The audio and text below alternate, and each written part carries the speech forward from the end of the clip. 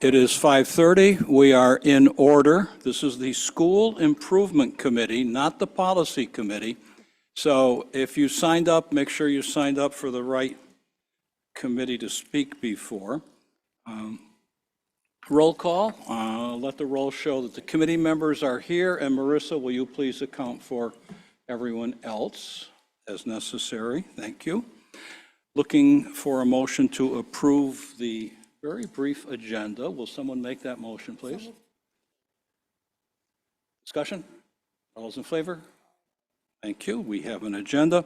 And the minutes. Will someone move to approve the minutes?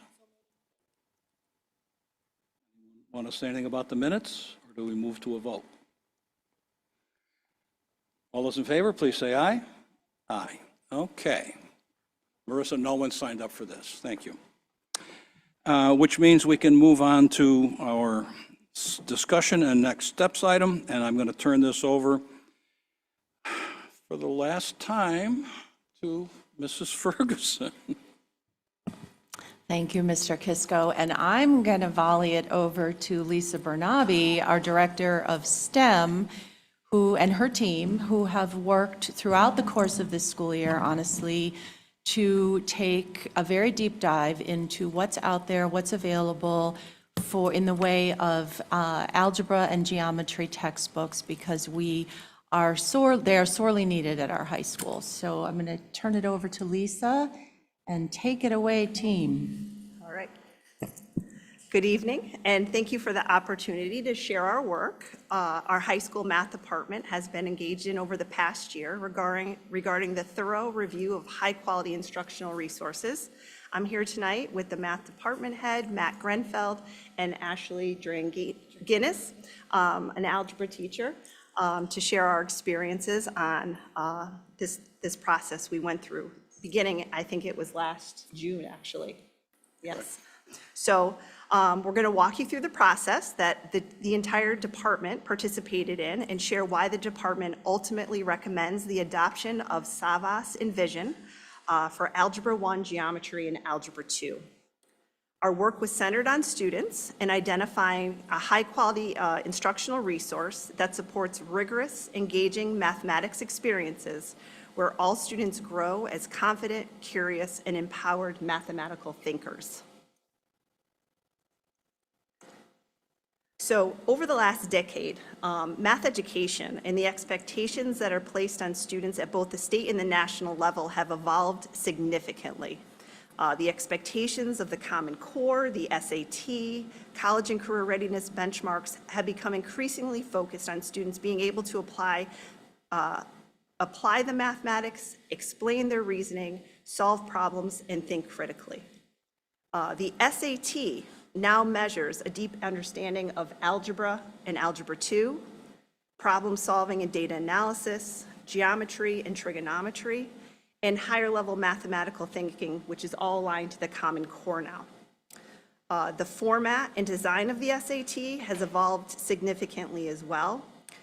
What was once a paper and pencil assessment focused primarily on reasoning has transitioned to a fully digital, adaptive assessment aligned to these standards with an embedded access to the Desmos graphing calculator throughout the entire test, which is a huge change. It used to be a calculator and non-calculator portion.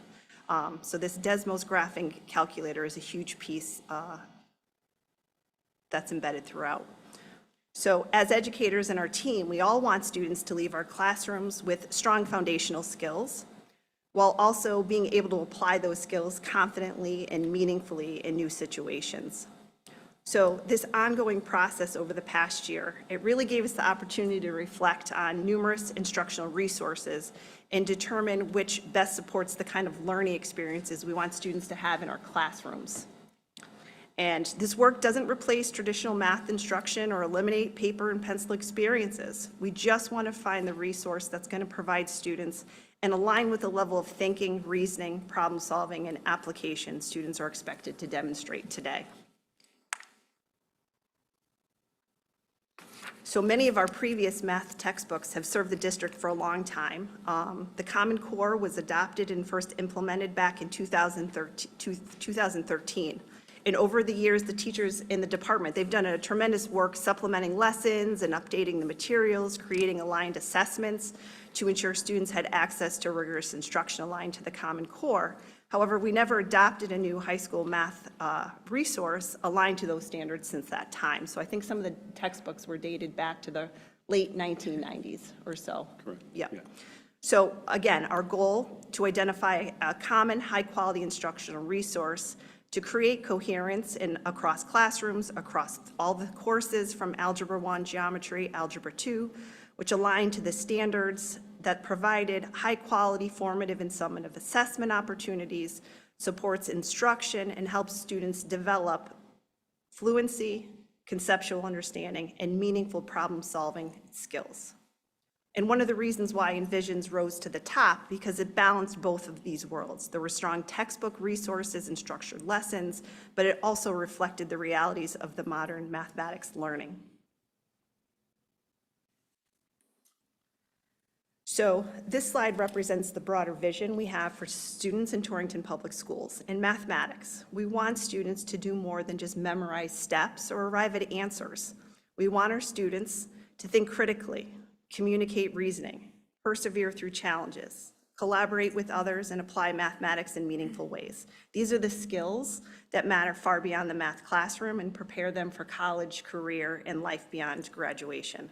So throughout this process, we continually reflected on how each of the instructional resources could help support these broader outcomes for students. Also during the review process, we were guided by the definition, which was developed with teachers across the district this past year, of high-quality instruction. And it really helped to guide our discussions and our evaluation of each resource. We really continued to look at the resources and look at the types of math experiences we wanted every student to have in our classrooms. We looked closely at the resources to make sure they had deep standard-aligned tasks, opportunities for meaningful student thinking and productive struggle, multiple entry points and supports for diverse learners, and opportunities for discourse, reasoning, collaboration, and problem solving. So Matt's now going to take you through the selection process a little bit and tell you how the department engaged with the resources. This works. Thank you. So the process began during summer of 2025 curriculum work when high school math teachers began reviewing instructional resources through Ed Reports. Ed Reports evaluates instructional material in areas such as focus and coherence, rigor, alignment to the mathematical practice standards, assessment quality, and the teacher and student usability. Using this process helped ensure department's work was thoughtful, research-based, and grounded in instructional quality. This recommendation was not based on a single presentation or individual preference. It reflects months of teacher review, classroom reflection, analysis, collaboration, and professional discussion centered on what best supports student learning. The department reviewed 7 different high school mathematics programs throughout this process. The review began with teachers using resource evaluation rubric that examined indicators related to lesson design, coherence across lessons, units, and courses, assessment structure, rigor, accessibility for students, and the balance between conceptual understanding and skill development. The goal was to cast a wide net and carefully examine multiple approaches before narrowing the choices. This was a collaborative process involving significant reflection and professional discussion. What stood out most throughout this process was how reflective and student-centered the conversations were. Teachers carefully discussed the strengths and trade-offs for each program while consistently keeping student learning and classroom experience at the center of the conversation. As the process continued, teachers identified several priorities that mattered most in the final decision-making process. One major priority was coherence, having lessons and units progress in a logical way that helps students build understanding over time. Another important area was assessment, both formative and summative, ensuring students have meaningful opportunities to demonstrate mathematical understanding and growth. Teachers also prioritized student usability. We wanted materials that students could independently navigate, organize, and reference both in and outside of the class. Importantly, teachers wanted strong textbook resources that students could consistently use while also providing flexibility to support different learners. After narrowing the field, the department received presentations from several publishers. This gave teachers opportunities to ask questions, compare instructional approaches, and closely review the resources. Throughout the process, teachers openly discussed strengths, limitations, and trade-offs of each program. The conversations were thoughtful, balanced, and consistently focused on student learning and classroom experience. So of the 7 resources that we reviewed, we have 4 presenters who came in, and we ultimately narrowed it down to 2 resources that we're going to take our most in-depth look at, which happened to be the Savas and Vision and then HMH. This probably was the most critical part of the process and valuable part, because the teachers began to try out some of the lessons and units directly with students from both resources to be able to make real comparisons and see how students interacted with the materials in the classroom. So after this process, we again brought the teachers back together and looked at what was student engagement using the materials, the accessibility, the rigor, lesson structure, and alignment to our district priorities and instructional vision. We recognized that no resource was going to be perfect in every single area, but we again went back to our focus areas and tried to look at what best aligned to the learning experiences and outcomes we valued most. So Ashley is actually going to share. She had implemented several lessons from both resources, and she's going to share her experience with those. Okay, that works. Good evening. My name is Ashley Durangenis. I am an algebra teacher at THS. The data and curriculum features that have already been presented this evening, I'd like to offer the perspective of a classroom teacher who spent the past year reviewing and piloting these materials with students. I'm here to support the adoption of the Envision Mathematics curriculum. Over the past year, our department has participated in thorough curriculum review process. As Matt and Lisa said, we heard presentations from multiple vendors, examined the materials, and piloted programs in our classrooms. As teachers, we are the people who will be using the curriculum every day with students, so it was important that our recommendation be based on actual classroom experience rather than a sales presentation or what looked best on paper. When I first reviewed the materials, I actually preferred a different program, but after piloting both curricula with the students, I found that the Envision was the stronger option. It was more engaging for students, easier to implement effectively, and provided better opportunities for students to explain their thinking, solve problems, and communicate mathematically. As part of the pilot process, I also sought the feedback from my students. While they are not curriculum experts, they are also the ones that will be interacting with the materials every day. And a common theme in their feedback was that Envision explained concepts more clearly and made it easier for them to understand what they were learning. One of the reasons I support Envision is because it aligns with the goals outlined in Torrington's Portrait of a Graduate. We want our students to be critical thinkers, effective communicators, collaborators, and problem solvers. Mathematics instruction should help develop those skills, not simply teach students on how to follow procedures. Envision encourages students to justify their reasoning, discuss multiple approaches to a problem, and engage in meaningful mathematical conversations. These are skills that extend far beyond the math classroom. More importantly, Envision is a curriculum that teachers have carefully reviewed, discussed, and tested with students.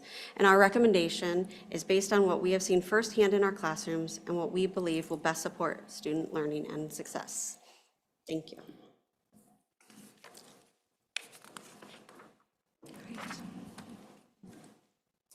One of the strengths, One of the strengths teachers identified in Envision was the clear organization and structure of lessons. Lessons progress through exploration, understanding, guided practice, problem solving, and assessment in a way that supports both teachers and students. We also appreciated the intentional balance between the conceptual understanding, procedural fluency, and application. Students continue developing core mathematical skills and procedures while also being asked to explain reasoning, analyze situations, and apply mathematics in meaningful ways. We felt the resource provided a strong balance of rigor, accessibility, and meaningful textbook supports for students. Teachers also valued the variety of practice opportunities included throughout the program. This resource provided opportunities for guided practice, independent practice, problem solving, assessment practice, and differentiated supports when students needed additional help or enrichment.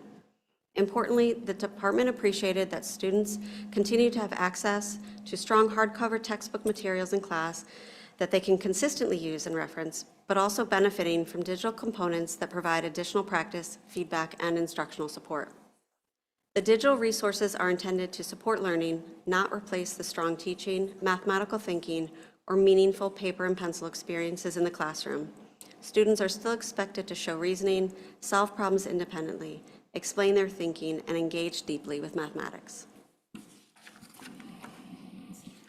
So I apologize, the next couple of slides are difficult to see, but it shows a comparison between the examples that are given in the text and the alignment to the SAT, and how every single lesson in the book balances from Algebra 1 geometry, Algebra 2, balances that procedure with the conceptual, with the application, and it's regularly embedded at a high level across all textbooks and every lesson. So that was really important.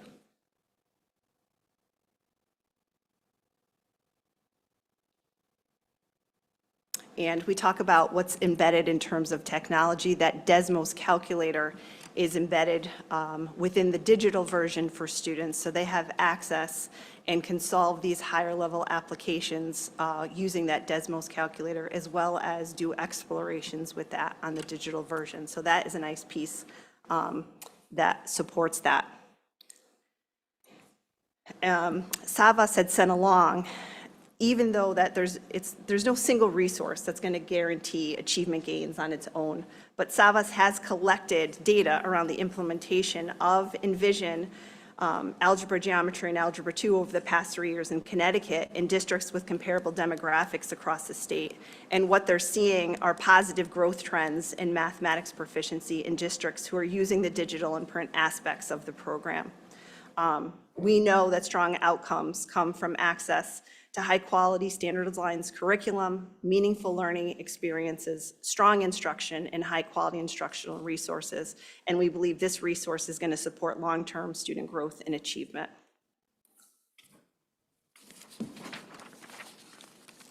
So the proposed resource package is currently included in the 26-27 budget. It maintains strong traditional textbook supports while providing additional resources that can support students' learning and practice digitally.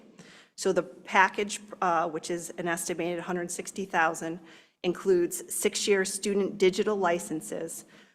We would also purchase hardcover classroom set texts of Algebra 1 geometry and Algebra 2 for every math classroom. So students have textbook access in the classroom as well as the digital access. Includes both the digital and hardcover editions, hardcover Spanish editions, and professional learning support for teachers in August to launch the new text. So I just want to close by thanking the committee and the Board of Ed for supporting us in this process and continuing to invest in our students, our teachers, and high-quality learning experiences for all students. I also want to recognize our high school math teachers for their professionalism, thoughtful reflection, and commitment to students throughout this. This has been a long process, and we met, I would say, almost monthly since last summer. So this recommendation reflects months of collaboration, classroom implementation, discussion, and reflection centered on one goal, which is providing all of our students meaningful mathematical learning experiences. So I truly believe moving forward with this high-quality common instructional resource will help strengthen coherence across classrooms and courses and continue to support our vision for high-quality instruction and the skills outlined in our portrait of the graduate. Thank you. Thank you for all of the work that went into this. Our committee goal at this point is to eventually recommend to the board the adoption of this textbook program. But let's start, before we discuss that within the committee, let's start with any questions we might have for the teachers.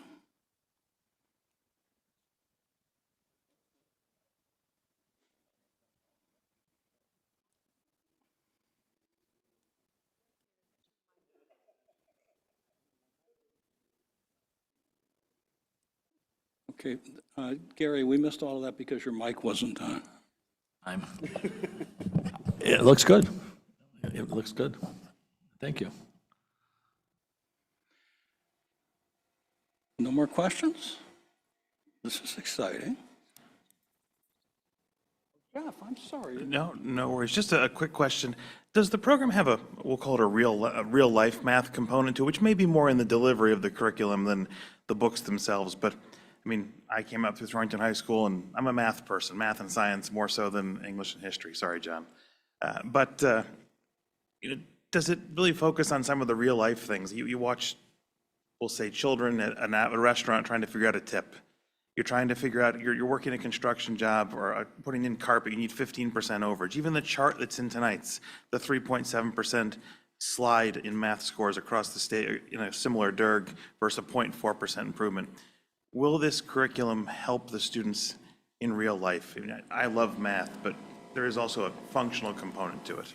So many of the things you just mentioned, taxes, tips, percentages, are actually in our 7th grade curriculum. It is an entire unit in proportional reasoning.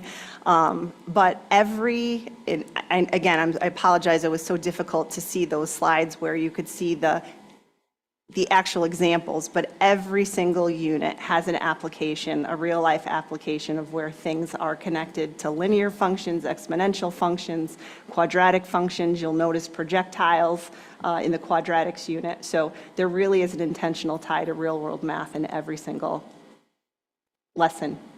Yeah, I'm sorry for the 7th grade example, but it seems to still apply even to our Yes. secondary education students. And obviously in geometry, you have all the equations for triangles and things, and Yes, and the well, things that help. Area, volume, right. surface area will come Which I up, think we also touched trigonometry. on. I think we touched on those earlier too, but We do, great. yes. Thank you for the answer. Yes, thanks. Anyone else?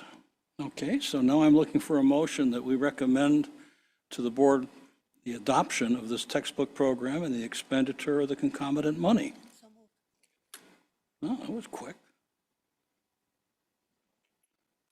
Discussion? All those in favor? Aye. We have unanimously passed this on to the board with our recommendation for approval. Thank you very much, and thank you to everybody who put this together, did all the work to bring us to the point where we have this program. Can I just give another shout out to Lisa Bernabe and her team? Lisa has, jumped in July 1 a year ago, so coming up on a year with the district, and just hit the ground running as soon as she stepped foot in with us and done some really stellar work. And this is an example of some of that work. So thank you very much to all of you. So true. It looks so easy when it comes here for a 20-minute presentation, Right. like it just sort of happened, but it doesn't just happen. It is a year in the making and a good year in the making, good result. So we have done that. We're down to our last real item, and those are valedictory remarks. Now, if we think of valedictory merely as the person who's the highest in a class saying whatever that person wants to say, that meaning comes second. The valediction is the last word, Latin, and we can get into all of it. Actually, New Latin. I'm not sure what Old Latin says about this, but what it is the concluding remarks. And I did this last year, and I'm going to do it again this year with a little bit of an addition. Thank you to the committee for all the work that you have put in, attending and commenting and just plain informing yourselves about the duties and goals of the committee.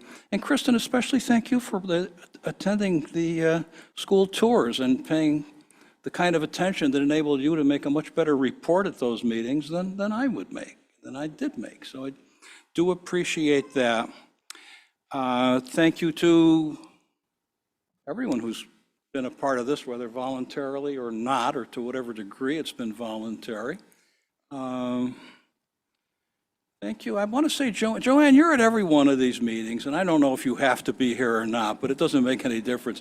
Would you like to grab a microphone and make a quick plug for your own particular thing going on next week, and then I'll move on to my last remark. Okay, my public service announcement for the Seal of Biliteracy. The celebration is Monday, 6 o'clock. We will be honoring 35 seniors and a number of juniors who also tested and passed. They'll be earning the Seal of Biliteracy next year.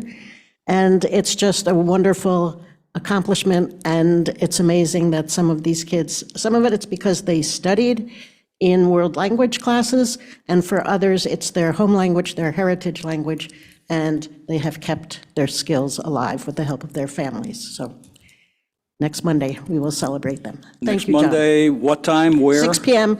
here. Here, 6 p.m. here. Y'all are invited. Okay, well, thank you. Hope we get a good crowd for that.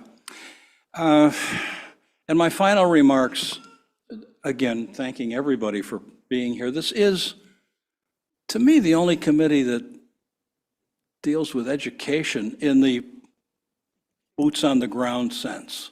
You know, we're classrooms and teachers and kids and things like that. Everything else is important. I am not denigrating anything that any other committee does, but this is the committee that is going to give kids textbooks for next year, see how that works. And the inspiration behind all of it is my favorite member of the, sorry, Mike, my favorite member of the central office team, Sue Ferguson, who has for the last 3 years, you've been working with us longer? Well, as assistants, anyway. 8 years. 8 years, at least 8 years.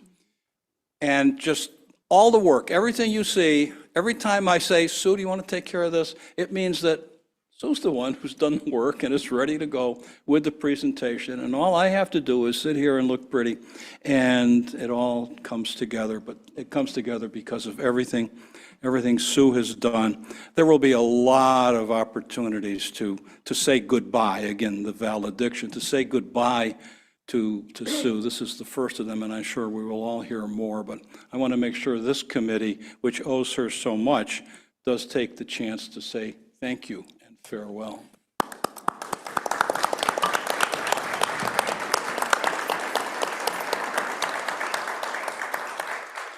Well, thank you very much, John, and the entire committee. And as John said, you know, this is, and he was very eloquent, I'm not going to be, this is the committee that really does deal with teaching and learning.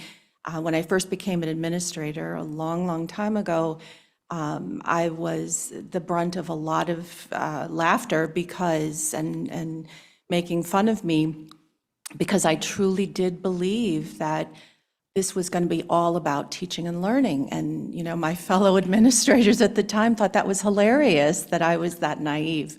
You know, the politics, the facilities, the budgeting, all the things that really are important, necessary items, but don't really get to the meat of what we do.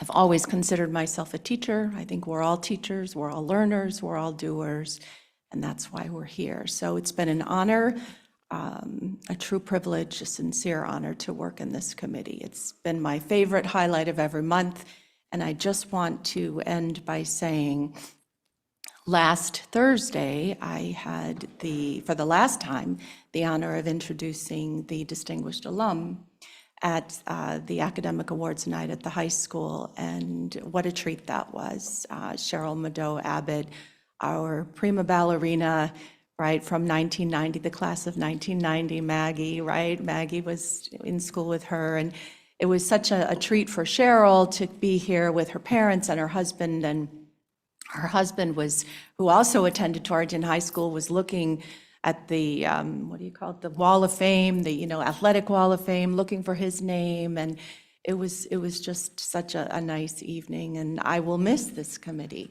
I said to John earlier, I said, there's going to be some things about this job I'm not going to miss, quite honestly, But this committee is not one of them. I will definitely miss being here. So thank you all. Again, thank you.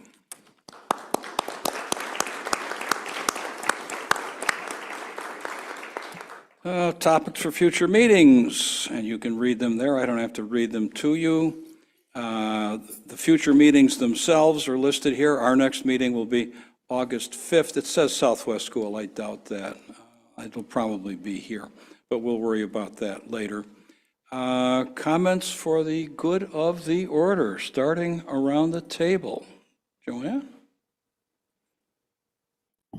Great job by Lisa and her team, our math department, and Sue. What can I say? We're going to miss you. Just keep that microphone going around.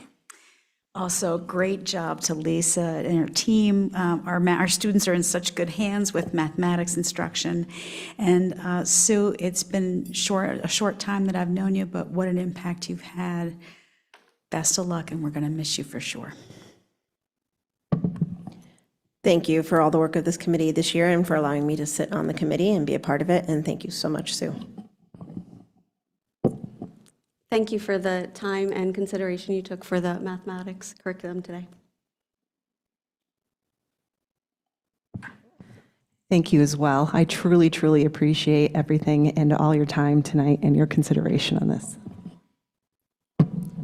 Same, thank you for considering this and actually pushing it forward. We're looking forward to using this new resource. And thank you, Sue.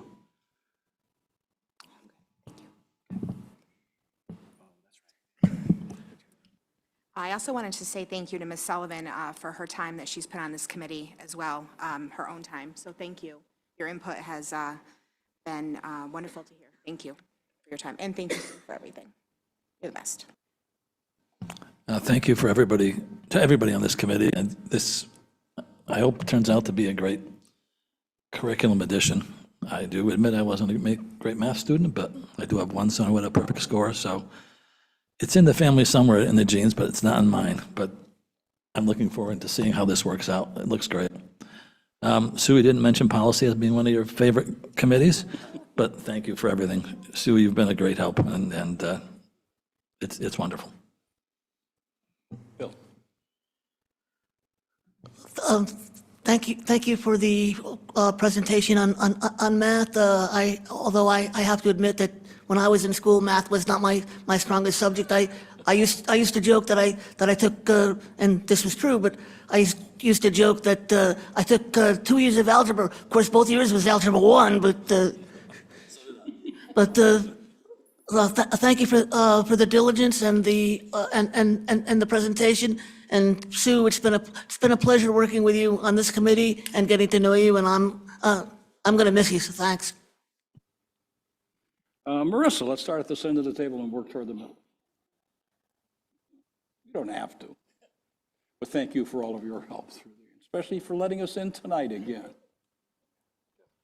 Thank you to the committee for all the hard work. I know the hours and hours that go into this and the pilot programs and getting the real feedback to make an informed decision. We really appreciate that. So thank you all. And Sue, we'll get to say our goodbyes many times, but thank you again for all you do for the district. Thank you, Lisa and the team. Obviously, everyone knows math is near and dear to my heart. So this is a welcome addition. Thank you, high school, for doing the pilots and for listening to the speeches. I know sometimes those textbook companies can be overbearing and really put the sales pitch on, but the due diligence that all of you have done, I think this is a great resource, and I do think that our students will benefit tremendously. And Sue, thank you for taking the lead with this committee. As John said, it's definitely a lot of work, so thank you. And as Jeff said, there'll be many opportunities, so thank you. Good meeting. So I'm going to echo what everybody else said about the textbook adoption. Lisa and all the math teachers, great job.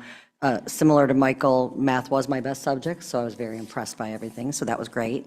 With respect to Sue, I can tell you that I know how long Sue's been here because I was in my job for like 2 months and then Sue got appointed. So as long as I've been in Torrington, Sue has been in this role, and I have very much appreciated having Sue as a partner throughout all the transitions that we've had at central office. And I'm going to miss her, but like everyone else said, we will have opportunities to continue to say goodbye.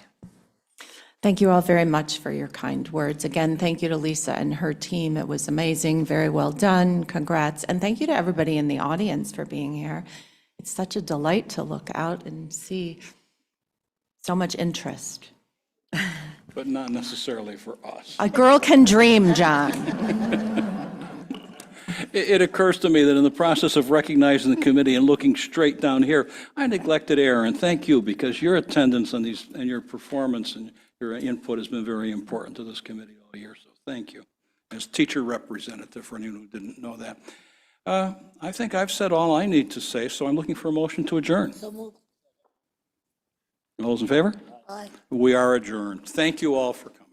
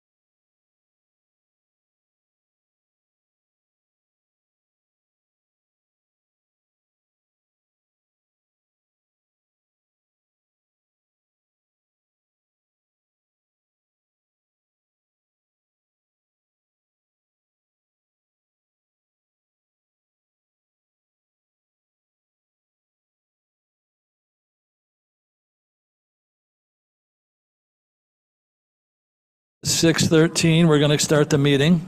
It's going to be a short one tonight, it looks like. The call to order. Hold on. I've got to find the minutes and the packet. Roll call. Ms. Conway? Here. Mr. Kisco? And Mr. Knight? Can I have approval of the agenda? So moved. All those in favor? Can I get an approval of the minutes?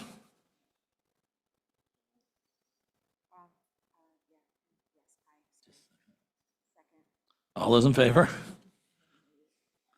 Okay. I'm going to read a public participation note, so everybody just listen up.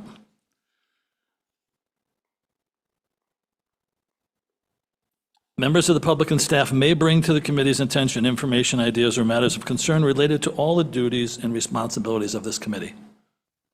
Okay, thank you. This committee will not allow comments regarding specific staff members or personal grievances. The time for individual remarks will be apportioned according to the number of speakers. I think we have 2 tonight, and will be limited to 3 minutes. We will be timing it, but I'm not going to cut you off immediately.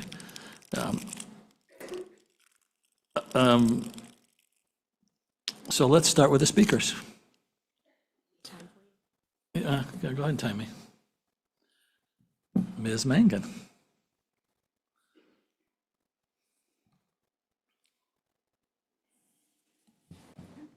Good evening. My name is Sandy Mangan. I've been a teacher in Torrington for 37 years. I am the TEA president. Last week, during my public comment, I mentioned the need to listen. We need to listen with an open mind to hear the perspectives of the various stakeholders. There needs to be a level of respect for all that are speaking.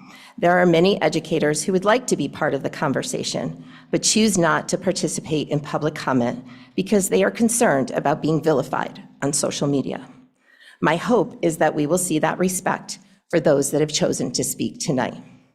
It has been stated more than once that many teachers feel devices are being used excessively. It has also been stated that many teachers don't want one-to-one devices. We wanted to hear directly from our teachers rather than respond with what we've heard.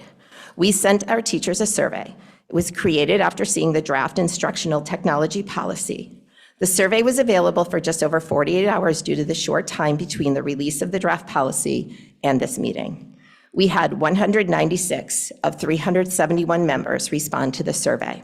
This represents 53% of our membership. I'm here this evening to share the results of that survey with you. This survey was anonymous to allow our members to be completely honest. Question 1, which device access would you prefer for students? 78.6% said one-to-one. 19.9% said shared carts. 1.5% said computer labs. Question 2, do you believe devices are being used excessively in our classrooms? 77.6% said no. 22.4% said yes. Are you in favor of the Board of Ed limiting the amount of instructional time devices can be used each week? 81.81% said no. 18.9% said yes. There were open-ended responses, such as please provide a brief response telling why you are or aren't in favor of limiting the amount of screen time. If approved, how will the changes to device access and screen time limits impact your instruction? How many minutes per week do students use devices in your classroom? Those answers range from 0 to 250. A couple of comments that stuck out. I have never counted. I use it as needed for lessons. I design lessons based on the needs of my students and what will be the most effective way for them to learn. It varies. Some weeks we don't get online at all, and some weeks we are online every day. I cannot put a number on it. The 2 statements speak to how an arbitrary number would impact student learning. Since the survey just closed last night, we haven't had time to organize the open-ended responses to share in a reader-friendly format. What I've heard from teachers over the past few days is they want to have a voice in the process.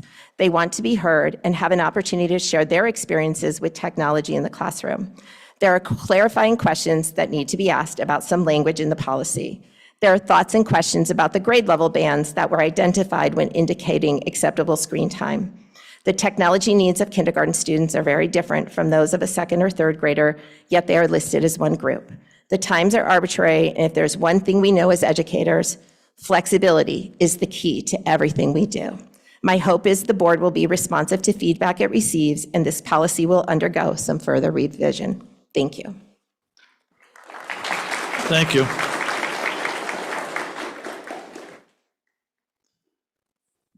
Ms. McGillicuddy.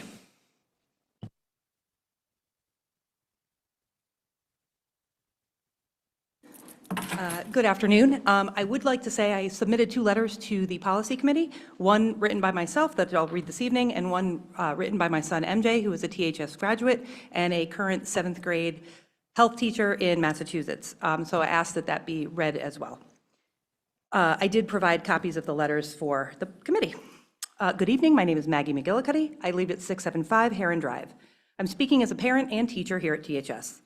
I emphatically urge the board to please consider removing one-to-one device, or to please reconsider removing one-to-one devices for high school students and replacing them with computer labs or carts. I feel that we as educators would be putting our students at a serious disadvantage compared to others if we do so. Carol Ann Tomlinson, a prominent educational researcher at the University of Virginia, asserts that students whose teachers adapt to their varying needs and readiness levels outperform their peers. One critical way for me to adapt is to alter how and when students access information. I began teaching a UConn ECE geology course this year. The district purchased 25 copies of the textbook as a class set, including digital access for all students. While in class, students use the hard copy textbook while listening to a lecture, doing lab investigations, or participating in class discussions. However, they use a computer to access all of the digital resources, like embedded simulations, smart work, instructional videos, and assessments to reinforce and enhance their learning. As we know, not all students learn at the same pace or get it the first time they hear a new concept. I don't believe we can set an arbitrary time limit that it takes for students to internalize content, and maintaining one-to-one devices will support student access to their coursework both in and out of class. Tomlinson's research also demonstrates that students do better when the physical or psychological space varies. By selecting a digital textbook to accompany my actual texts, my students can choose a learning environment that works best for them, whether it's a quiet study corner, a kitchen counter, or a local coffee place. The flexibility for them to use one-to-one devices to work in a space of their choosing improves outcomes because learning materials travel with them and their devices, allowing them to access content and revisit topics as needed. The National Education Association, the NEA, strongly supports policies like Torrington's that restrict the use of personal devices. I have spoken at legislative hearings and have described the positive impact of that policy on my students. However, NEA does not advocate for taking one-to-one devices away from high schoolers. The NEA policy statement on digital learning asserts that educational programs and strategies designed to close the achievement and digital gaps must address equity issues related to internet access, software and tech support, and hardware maintenance. NEA recognizes that one-to-one policies are a critical tool for digital equity, ensuring that students who cannot afford laptops or Wi-Fi at home will still have equal access to learning materials and research. Many of our Torrington families are struggling in today's economy. Our schools should be helping our students gain an educational advantage rather than placing a costly, often impossible burden on them. As my UConn ECE liaison, Dr. Robert Thorson, shared with me in an email just last night, this is a very deep and complicated issue. I'm opposed to such a classroom ban of one-to-one devices. Doing so is like banning slide rules in the 1960s for physics and engineering classes or calculators in the 1980s. It's like banning paint for fear that it might be spilled. I see no problem provided that instructors monitor use and have enforceable penalties for misuse, and that handwritten assessments are given. I am all for a full embrace of technology, provided that the addiction entertainment aspects are guarded against. It's all about moderation. I will continue to use a balanced approach to instruction. I use technology to enhance lessons rather than replace direct instruction, peer discussion, hands-on investigations, and student presentations. I ask that the board respect teachers' and administrators' professional judgment as we partner to develop a comprehensive, thorough plan that addresses how to incorporate technology into our classrooms with one-to-one devices at THS. keeping the focus on student learning and not forgetting about the needs of our ML students and those with special needs and learning differences. The best learning environment is a hybrid model that integrates technology, including one-to-one devices, in and out of the classroom in a developmentally sound manner, while teachers continue to develop relationships with their students and adapt to their individual needs. Thank you so much for your consideration.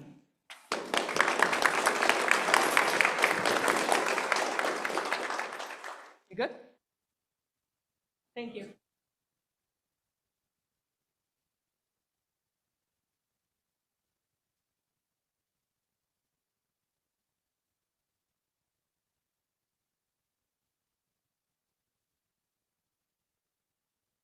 And could you please give us your name and address? I know I'm announcing it, but Yeah. I guess I'm supposed to ask for it.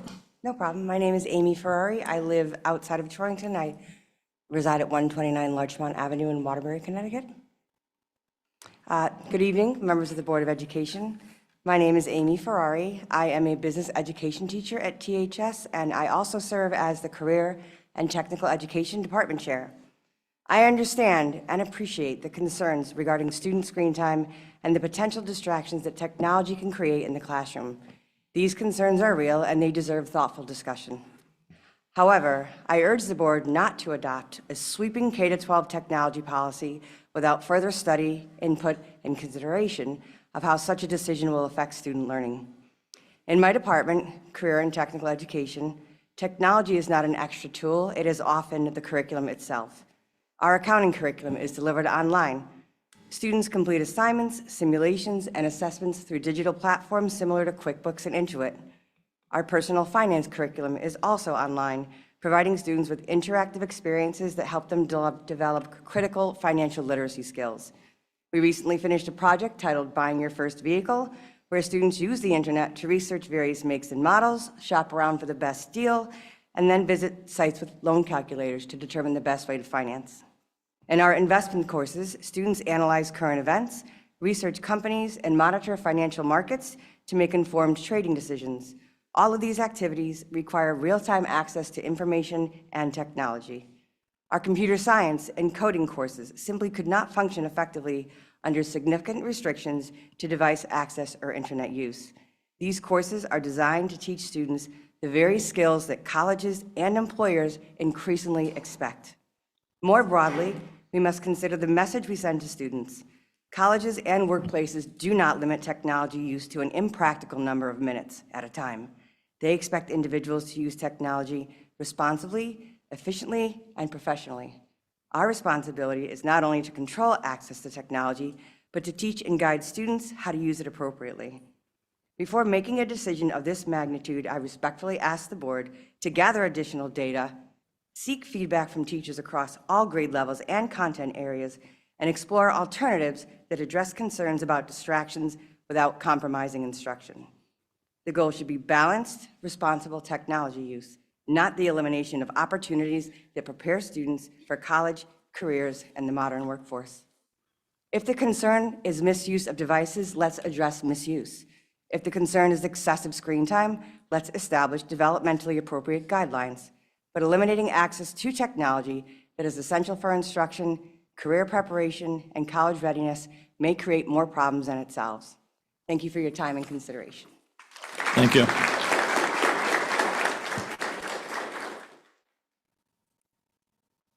Tashiana Harmon? You get that knee worked on, huh? She's one of our star soccer players.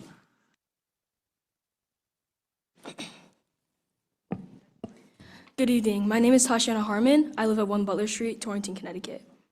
I'm a freshman at Torrington High School. What I'm saying tonight is not only my opinion, it comes from my own experiences, observations, and conversations with others. I'm concerned on the proposal that has been presented towards our school to reduce technology. To reduce technology is to reduce education and the education help it can possibly bring. In today's age, technology is unavoidable. It's no longer an option, it's rather a necessity, and it's simply the future. As someone with a sibling of special needs education, I've seen firsthand how technology can help others who struggle, and how it can lead to independency and future success. I believe to take away the ability for education to be equally accessible is to leave students behind. I also worry if students will need to have an IEP or 504 for this technology. From experience, I've waited up to a year for a 504. Students who need support shouldn't need to wait months or years so they can get the tools that they need. In addition, not every student that would benefit from this technology has immediate access to support. It is simply unrealistic. Although schools may have resources, a student may need more. I understand the importance of balancing technology use with other forms of learning, but reducing access to computers is not the solution. Instead, we could focus on teaching students how to effectively use technology because it is crucial to the world we are entering. Thank you for your time and consideration. She's only a minute and a half. She's only a minute and a half.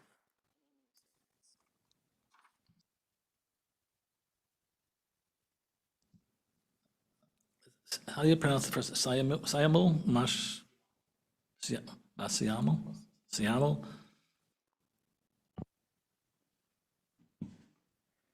Good evening to the members of the Board of Education.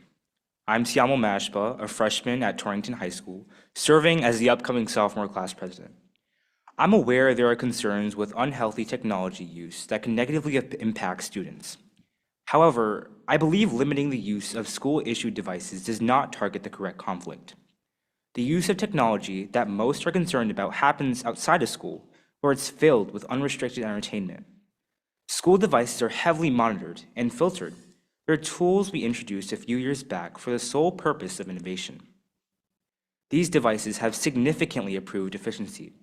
They've allowed teachers to instantly post assignments, information, and personal messages to students. It has made communication easier, especially in our new campus where finding a teacher is quite a mystery. Without school-issued devices, communication becomes slower, making it difficult for students to remain on top of their academics. Another thing I'd like to point out is not every student has reliable technology at home. School-issued devices have ensured we all have safe access to various resources that we may need. I've also become aware of the proposed alternative, computer carts. However, there's a major flaw with this. Computer carts reduce accountability. When devices are shared, a student could easily misuse or damage them. With one-to-one devices, it's your Chromebook, therefore your responsibility. But beyond all this, it's a matter of the world we live in today. Technology is constantly advancing over time. You can't reverse time, but you must work with it instead to keep up. Technology has become part of everyday life, and we, the students, must be prepared for this future. Instead of removing school-issued devices, a more effective solution would be implementing stricter policies on overall usage. This would reinforce responsible habits within our schools because one day, a majority of the people in this room will be in front of the very tool we are discussing today, computers. Thank you for your time. Thank you.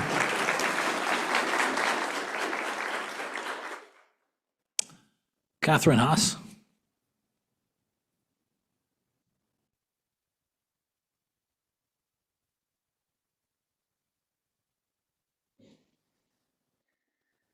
You said I had to state my address. I didn't hear that part. Yes, please. Okay. Name and address, but I Sure. gave the name already. My name is Catherine Haas, and I live at 27 Horseshoe Circle in Barkhamsted. I am a Spanish teacher and the World Language Department Chair at Torrington High School. I'm here tonight to explain how losing one-to-one student devices and putting specific time limitations on instructional technology would negatively impact language learners in our world language classes. One of the most impactful world language teaching strategies is the use of comprehensible input, which relies heavily on visuals. These visuals provide students with the context needed to understand meaning without translation. In our classrooms, one of the most successful ways to provide these visuals is through the use of technology. For example, in my own classroom, I regularly use Canva to create visuals that support vocabulary acquisition and increase comprehension during reading and listening tasks. One-to-one student devices make it possible for me to provide both the quality and variety of visuals needed to support all learners, as I am able to discreetly assign differentiated supports through the use of Google Classroom. Without one-to-one devices, I would have to rely on providing printed copies that would not be as effective, as I do not have a color printer available to me. It would also make it difficult for students without a computer at home to access these supports. This raises an equity issue as well. Limiting student access to devices would also significantly impact their opportunity to engage with authentic resources from the target language and culture. In world language teaching and learning, we use authentic resources. These are materials from the target culture made for native speakers by native speakers. And we use them to provide students with real-world language, cultural context, and meaningful input to support both their language acquisition and intercultural understanding. These authentic resources include, but are not limited to, news and current events, video clips and recordings, podcasts, music, advertisements, virtual tours, restaurant menus, tourism sites, housing sites, Google Maps, local transit systems, etc. Melissa Tubbs, the president of the Connecticut Council of Language Teachers, states, quote, "As educators committed to preparing students for an interconnected world, we recognize the intent behind efforts to be thoughtful about screen use. However, we urge the board to consider that for language learners specifically, screens are not a distraction, they are a window. Restricting access to digital tools means restricting access to authentic language, culture, and community, the very resources that textbooks cannot replicate and that our students need to engage meaningfully with a globalized society. I respectfully urge the board to reconsider this policy before moving forward. The loss of one-to-one devices and restrictions on instructional technology would have immediate and lasting consequences for language learners. I ask that you carefully consider these impacts and preserve the access our students need to succeed. Thank you for your time and thoughtful consideration." Thank you.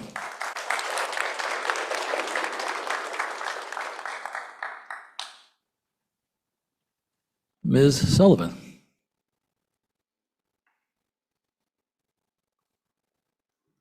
Thank you. Good evening. My name is Erin Sullivan. I reside at 5 Silver Lane Passway, and I am the English department head here at Torrington High School. Last week, I spoke in regards to this policy and some of the concerns I had about the implications of the policy, and I would like to ask the board again to be very strategic in how they craft the policy. Once again, as I said last week, I am not against policy being created, but making sure that the policy created is fully examined and understood, and that the consequences are understood before we move forward with such a drastic change. As such, I have some questions central to the proposed student device and screen time policy. What are the expected budgetary implications if we move to carts or computer labs? If this is a savings, how much of a savings? If it's an expense, how much of an expense? Regarding the proposed language on one-to-one devices, this will eliminate access to classroom and curriculum materials. What is the budgetary impact of this removal? How much of the budget will be diverted to gaining these resources that are lost without one-to-one devices? The proposed language will require many courses to adopt textbooks. Textbook adoption is a 5 to 7 month process, or as we heard earlier tonight, a 1-year process. What resources will be made available until those textbooks are adopted? What will be the budgetary impact of textbook adoption, and from where will those funds be diverted? I spent time studying the THS course of study. All of the courses offered here have been improved by the Board of Education with curriculum designed by teacher teams, often in conjunction with the Office of Teaching and Learning, outside paid consultants, UConn, and the Connecticut State College System. Not including mathematics and world language, 79 of the courses offered at THS would require a full curriculum overhaul. When will that work be done? Who will do that work? How much will it cost? From where will those funds be diverted? I spent time rewatching the building committee meetings from the past few years. The building committee worked very hard creating a facility that aligned with the state's square footage requirements and limitations. Difficult decisions were made regarding which programs would receive more space and which sacrifices the committee felt would be worthwhile to provide our students access to career pathways and the ability to master Portrait of the Graduate standards. Repeatedly, SLAM made reference to the classrooms being created for enrollment of 24 students. Our classrooms are capped at 27 students. We already have a space concern in those classrooms. How will computer carts impact the space allotment? Please note, not a single classroom at THS sits empty during the day to be made available for computer labs. Returning to curriculum concerns for a moment, UConn English 1007, required for all freshmen at UConn for all majors, is a multimedia composition course. We currently offer that at THS. We are not able to offer this class to students who do not have computer access at home. UConn will not approve the syllabus. In addition, JRTC is required to furnish, quote, appropriate and sufficient technology to conduct program requirements. Have we examined how many courses may be limited to only families that can afford computers or may need to be eliminated completely due to those computer requirements? What are the names of those courses? Is the board comfortable with the reductions of academic offerings? I urge the board to act methodically and deliberately, and only when in possession of all of the relevant facts that would be impacted by this proposed policy. Thank you very much for your time.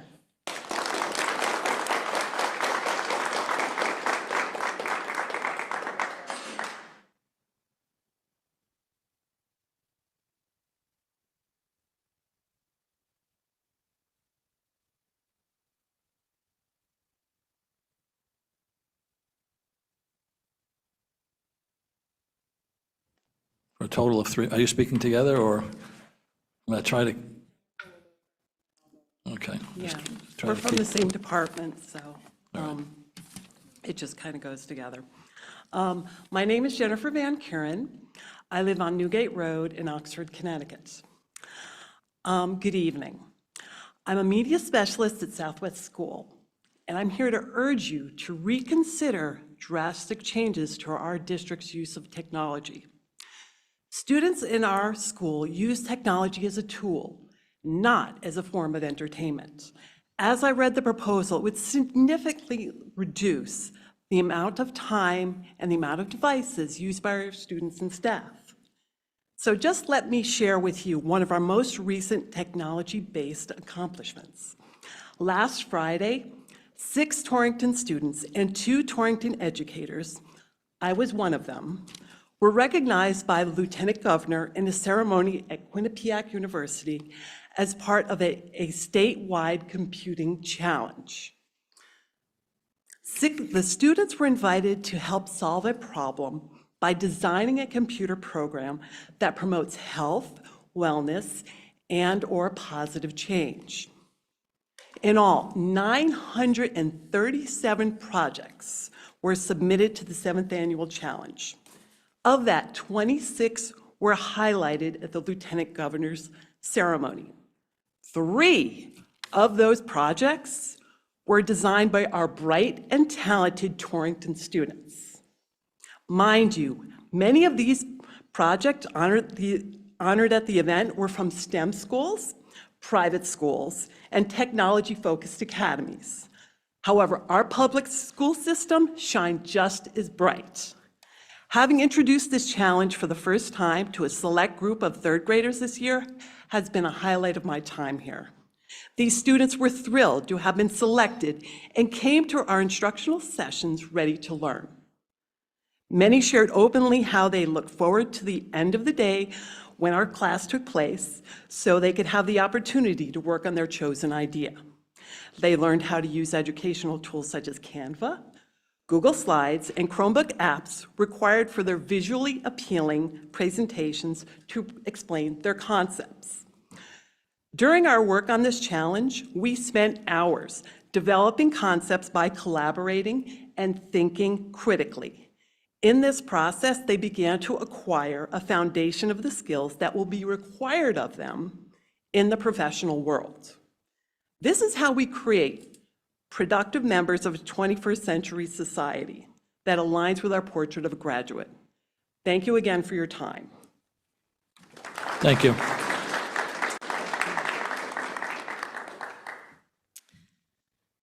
Good evening, members of the Board of Education. My name is Paula Gajewski, and I am the Library Media Specialist at Vogel Wetmore School and recently elected the Teacher of the Year. I live at Millette Lane in New Hartford, Connecticut. I'm here to speak on behalf of the library media people and also just speaking about the policy that's in question.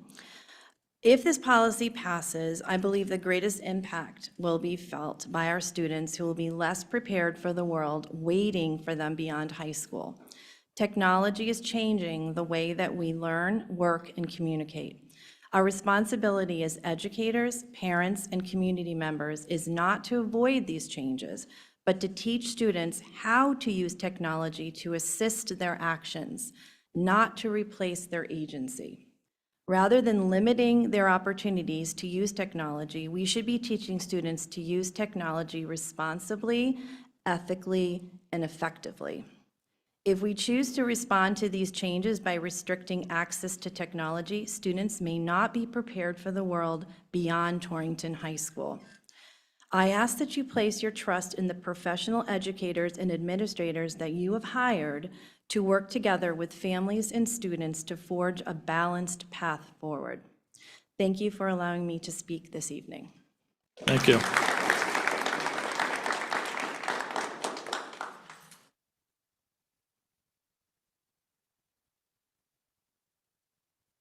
I'm sorry, Olivier Dubois?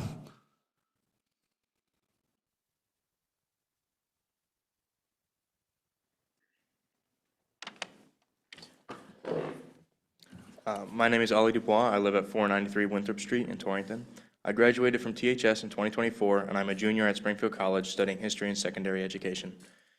I understand the desire to do what is best for our students. However, it is not in our students' best interest to move backwards into an old system that will slow down learning, create a digital class divide, and fail to prepare them for college and the modern working world.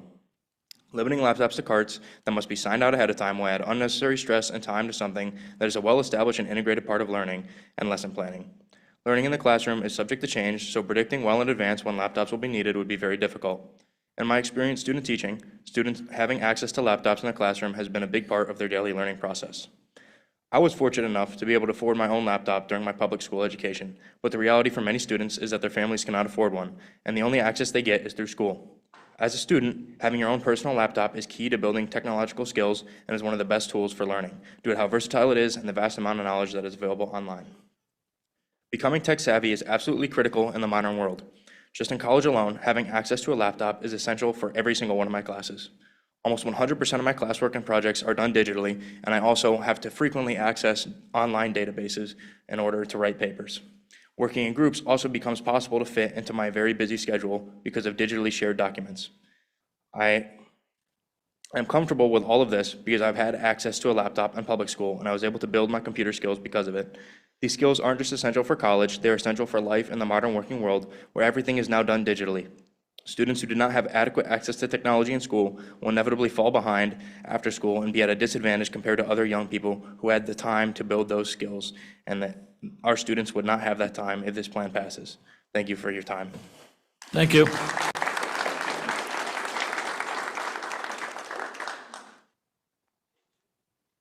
Kate Shaggy?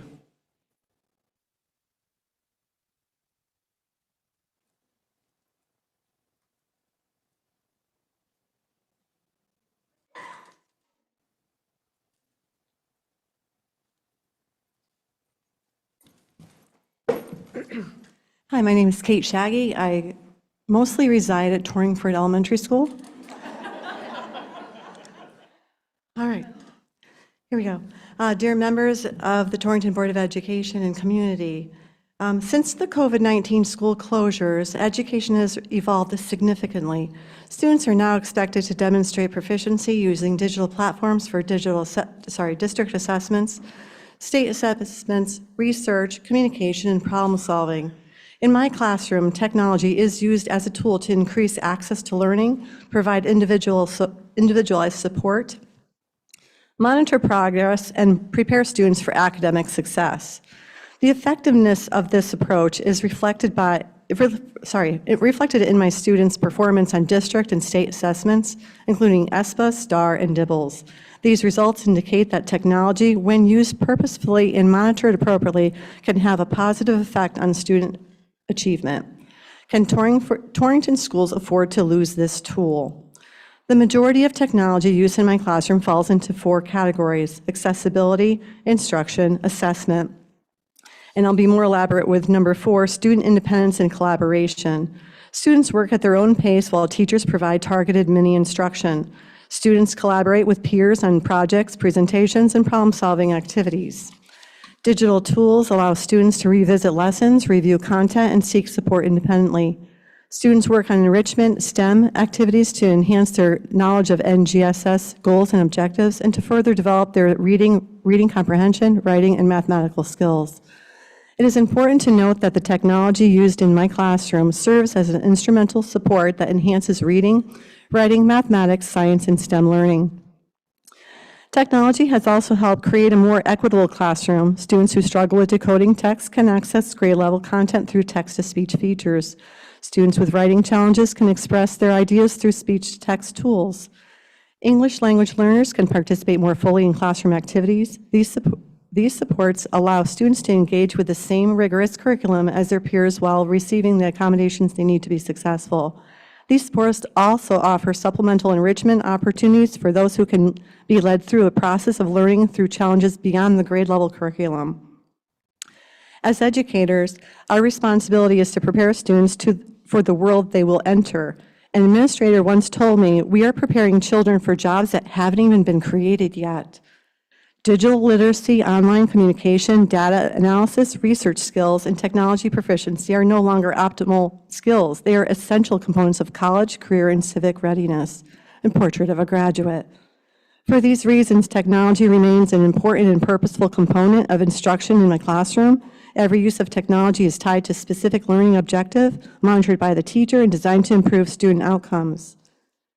Thank you for your time and consideration. I welcome any opportunity to discuss these practices further and share additional evidence of student growth and achievement. Please accept my invitation to visit my classroom. In addition to this, I have a breakdown of what is utilized throughout the classroom, and I want to talk about my classroom makeup. I have 17 beautiful children in my, what? One more minute, okay? Okay, I'll talk really fast. Yeah, that's right. Okay, all right. I have 17 beautiful children. 7 of them are identified students who receive special education assistance to access and engage in learning. 1 504 behavior student, 5 English as second language learners, 5 developing enrichment students.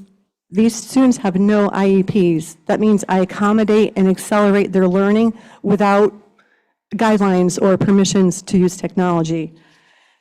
We were considered at the beginning of the school year as students who would not be, I'm not sure, I forgot the word, but contenders for ESPA.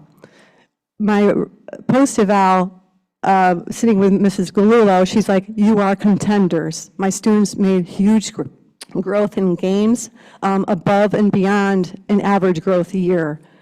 This has been achieved pretty much every year that I've used technology after COVID.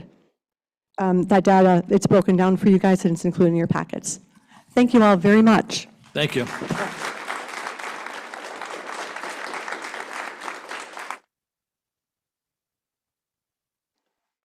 Mr. Lafreniere. Good evening, Jason Lafreniere, special education teacher at Torrington Middle School, Byron Drive, Granby. First and foremost, the inclusion of the student dress code on tonight's agenda needs to be a complete overhaul based on previous recommendations that I've made to remove all gender from the policy. So I have a feeling that that's a much bigger discussion than we have time for tonight. So maybe that could be a table. Some questions in regards to the other policy, the screen time policy, some questions. What research supports the specific limits of 60, 100, and 300 minutes per week? How will compliance be measured and documented? Who is responsible for tracking screen time? Will compliance monitoring create additional teacher workload? How will this affect Google Classroom and students' readiness for using technology and state and district assessments? How will teachers obtain approval for new digital instructional tools? And what will be the timeline for that approval?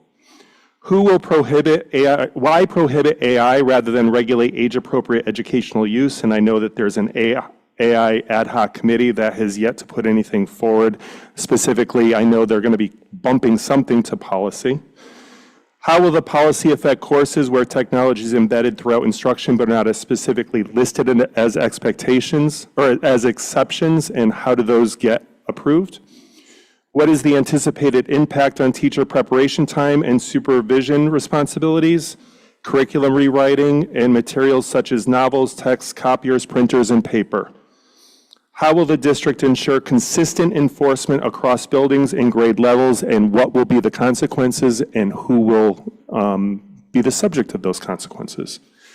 Lastly, the roll-up of lack of technology from the younger grades to the older grades affects their ability to perform in the classes that many of the high school teachers spoke about this evening that integrate technology. So not giving them that exposure early could limit their ability to perform at a later age. I know that I am a teacher representative on this committee, but wanted to make sure that my questions were heard and put into the record. Thank you.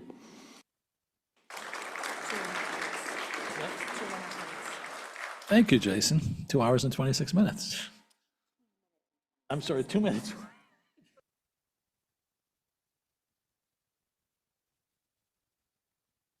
I think it's Liza Rosa.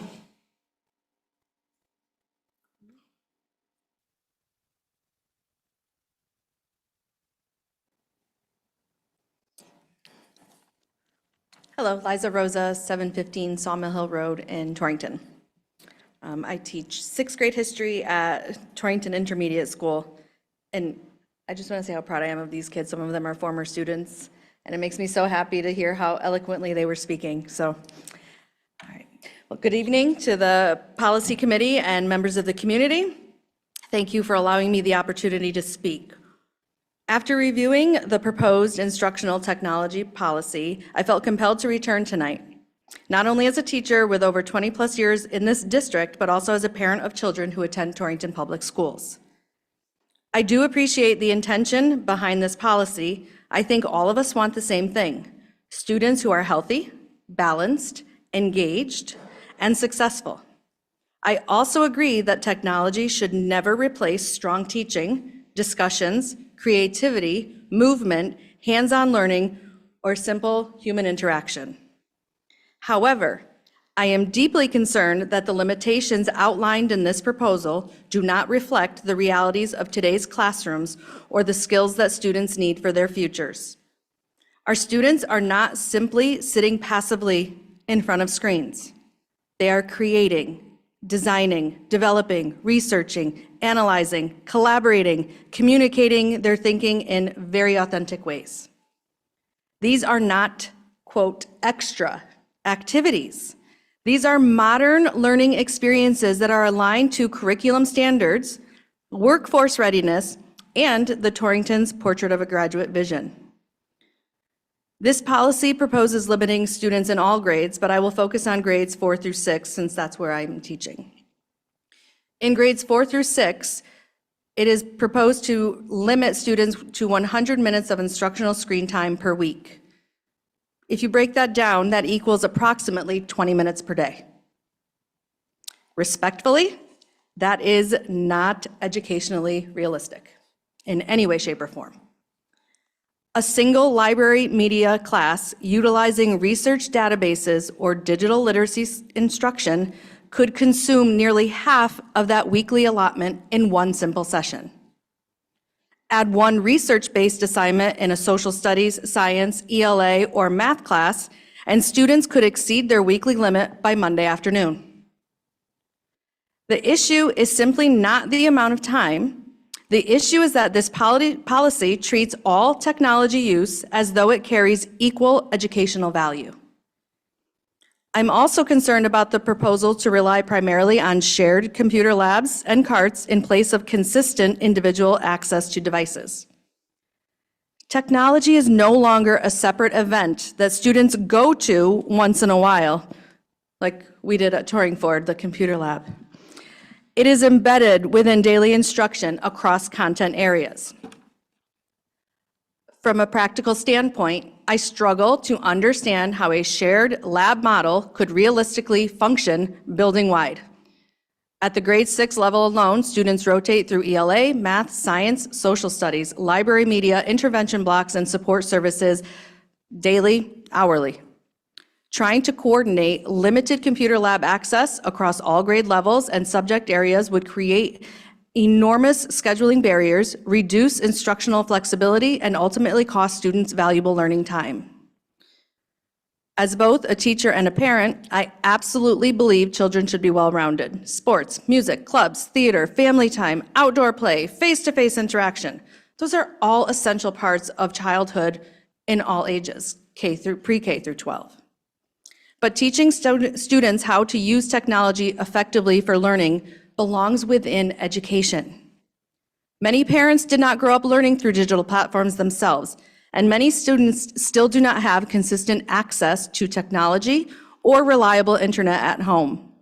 Schools play a critical and crucial role in developing digital literacy skills that students will need for college, careers, and the modern workforce. This was completely evident in the master's degree that I recently earned. One more minute, okay? Thank you. We're at 5 already. Thank you. 20 years ago, I received my first master's in curriculum instruction and assessment. 2 years ago, I received my second master's with curriculum and instruction with a focus on integrating technology into our classrooms. The difference between those two master's degrees was phenomenal, and it completely focused on how it's integrated into the classroom respectively and responsibly. As a parent, I don't expect the schools to parent for me. I expect schools to prepare my children for the future that they are entering.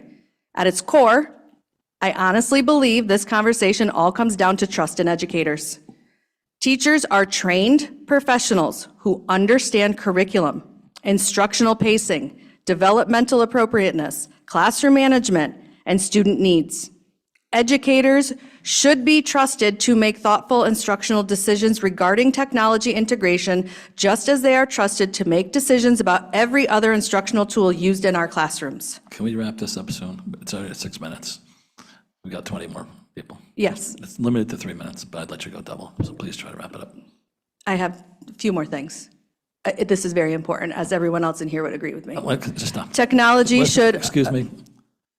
Everybody's opinion is important, so I'll give you another 15, 20 seconds, please. It's already 6 minutes. Okay. We have 15 more people, please. Balance is achieved through instruction and professional judgment and respect, not arbitrary minute counts that unintentionally restrict authentic learning opportunities. I respect the process of developing this, but it needs to slow down. We're making decisions that are not thoroughly thought out based on everyone's backgrounds. Yeah, thank you.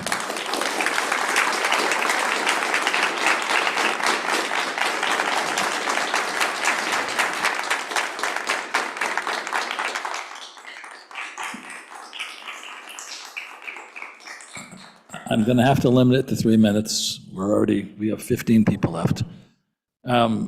Jason Beckett?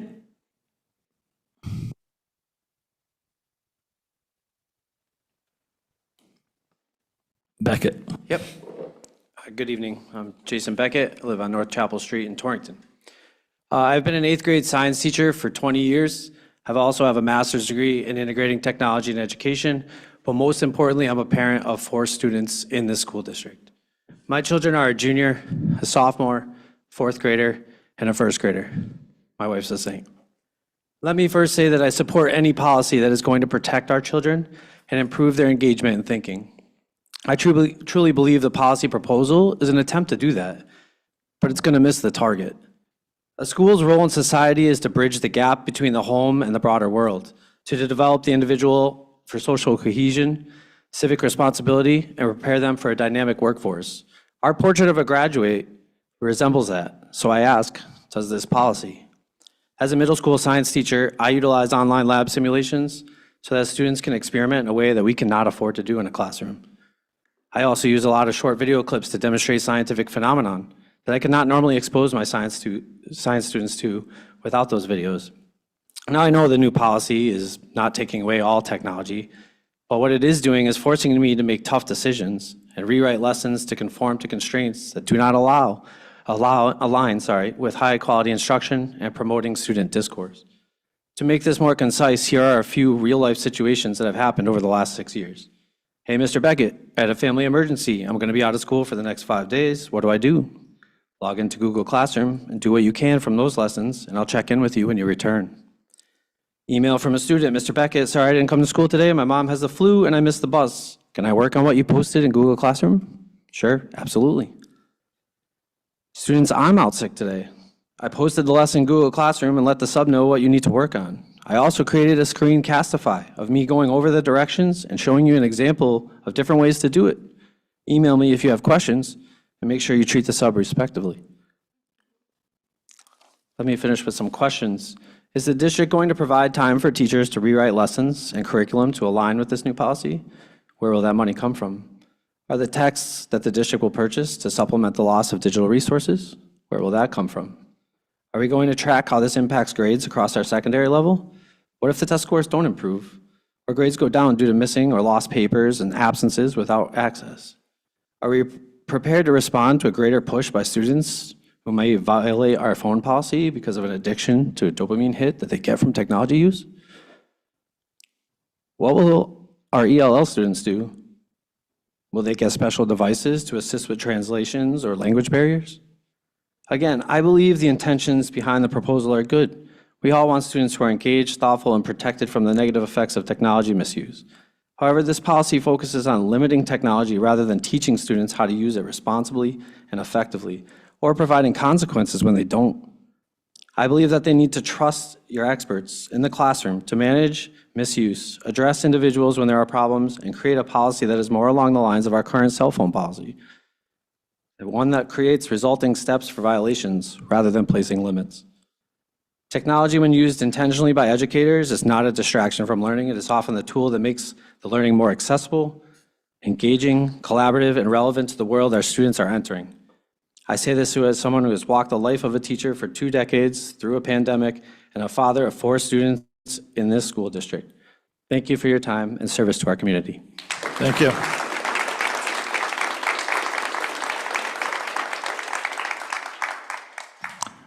Jill Ciccarelli.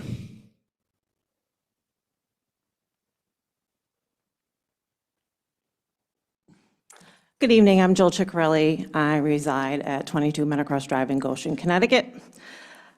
For 27 years, I have proudly served the students and families of Torrington.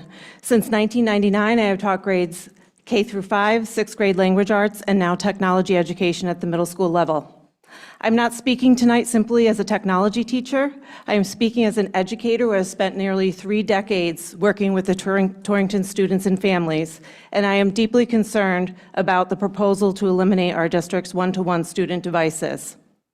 Through my work with the Learner Engagement and Attendance Program, I have sat at kitchen tables with our families and seen firsthand the challenges some of our students face.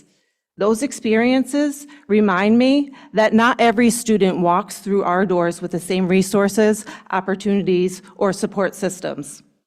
So when we discuss eliminating one-to-one devices, I ask that we remember the students whose voices are not in this room tonight, students whose opportunities may be limited not by their ability or their determination, but simply by access.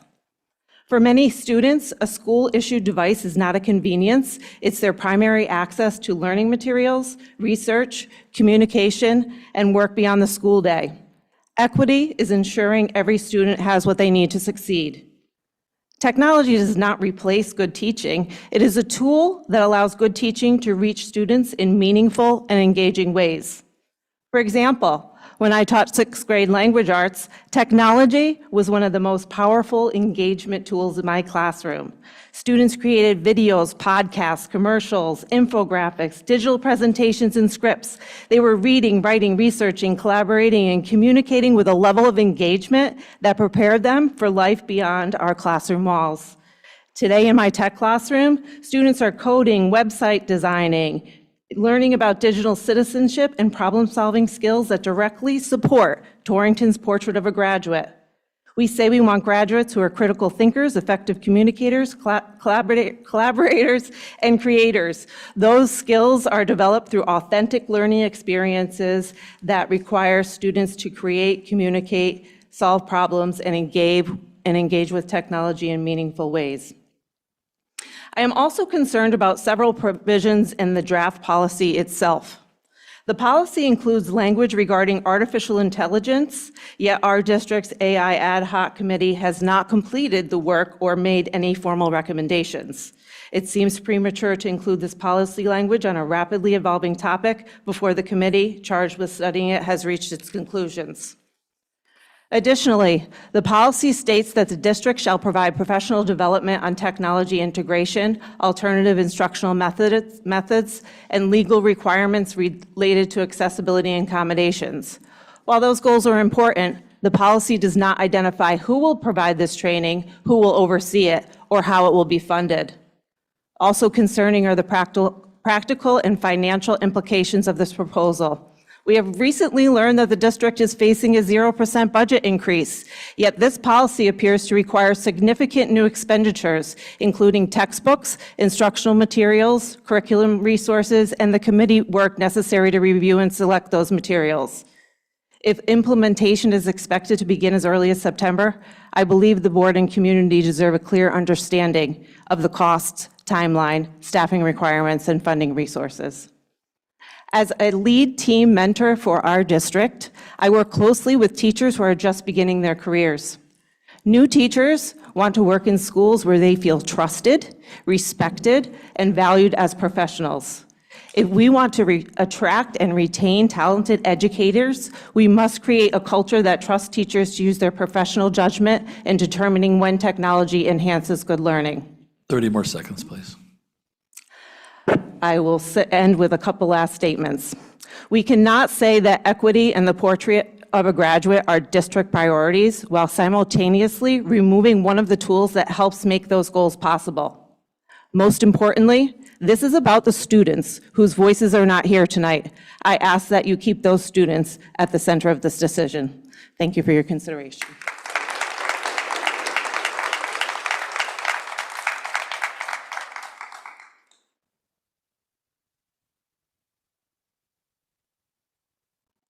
Amy Kuhn, please try to keep it to 3 minutes. We're just hitching 4 and 5 minutes now. Minutes. Perfect. Just for you. Good evening. My name's Amy Cohen. I live at 331 Main Street in Bristol, and I'm a proud employee of FAST Academy. We would prefer to remain a program with one-to-one devices, given the nature of our program and our particular students. We also feel that the limitation on minutes would complicate our teaching abilities in several ways. Our students often require us to use multiple methods to support learning in classrooms. We find that there are times when the confusion, attention, or need for repetition is best served by using technology in an individualized way. Sometimes this is planned instruction to support learning differences, but at other times it needs to be done at the last minute, given attendance, behaviors, and the emotionality of our students. We also provide work for students due to absences and use one-to-one devices to push out the material for those students. Our population of students creates challenges that we cannot always plan for. One other way we support our students is through some credit recovery using online educational software. Students use in-school and out-of-school time to complete a course that may push them into meeting the requirements towards graduation. One particular student shared their thoughts about the proposed changes, saying, "Without my computer, I would not be a sophomore right now. In fact, I'm about to be a junior." That young man was recognized at a fall Board of Ed meeting. We also recognize how important computer skills are to a student's future. Students have a significant advantage in college, trade schools, military careers, and the workforce when they are proficient with current technology. Thank you for listening to our concerns for both changes in device availability as well as the restrictions on time. We all strive to make our alternative program students as successful as possible, and we feel as a staff that these changes and limitations may hinder progress for our students. Thank you kindly for your continued support of our school from all of the FAST Academy teachers. Thank you.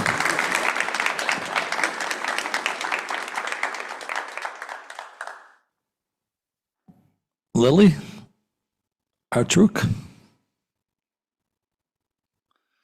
Try to keep it to 3 minutes if you can. Good evening. My name is Lily Artruk, and I'm a sophomore here at Torrington High School. I'm here to discuss my concerns regarding the proposal to drastically limit computer usage in Torrington Public Schools. As a student, I understand the concerns which led to this proposal, but I do not believe that this is the solution. Instead, we should be focusing on ways to use technology safely, effectively, and for the benefit of our learning. Technology is no longer just an exciting engagement tool in the classroom. It is now a necessity to be successful members of society.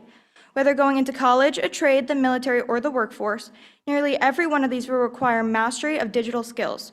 Schools across the country are expected to ensure this by meeting the standards met by the International Society for Technology and Education, also known as the ISTE. These standards encourage students to be empowered learners, creative communicators, innovative designers, computational thinkers, and responsible digital citizens. The standards also encourage educators to create learning experiences using technology to assist students in developing their skills for the modern world. Approving this proposal would limit the ability to meet these standards. My biggest concern is that the students of Torrington would be at a disadvantage to our peers around the world, whose schools continue to teach students using technology. This could affect college acceptances or job opportunities in the future. Additionally, as a high school student, I'm especially concerned about the numerous courses which rely on technology every day. Classes such as music tech, coding, and graphic communications cannot simply switch to paper and pencil. If computer usage is significantly restricted, some of these classes may need to be eliminated, which will remove the opportunity for students to explore careers and develop real-world applications. There are also practical concerns which affect students every day. For example, Torrington Middle and High School have started to use SmartPass over the past 2 years to manage student movement throughout the day. The system has helped address issues such as skipping class and spending excessive amount of time outside the classroom. Going back to physical passes can undo some of this progress. Students also rely on technology to access PowerSchool and email. These tools help us to stay organized, check our grades, communicate with teachers, track assignments, and advocate for our learning. If students have less access to these resources during the school day, it will make it harder for us to take ownership of our learning and to stay informed of our academic progress. Limiting computer usage would also impact students of all age levels. I remember using technology in elementary school to get extra practice both in and out of the classroom on resources like Lexia, IXL, Typing Club Freckle, and more. This is especially helpful to students with lower socioeconomic status who do not have access to books or other physical educational toys at home. Technology should absolutely be used with balance and for the purpose of learning, but balance does not mean removing a tool that has become essential to modern education. I respectfully ask the board to consider the long-term impact this decision could have on students and their future opportunities. Instead of limiting technology, let's focus on helping students use it in ways that support learning, creativity, responsibility, and success. Thank you for your time and consideration. Thank you.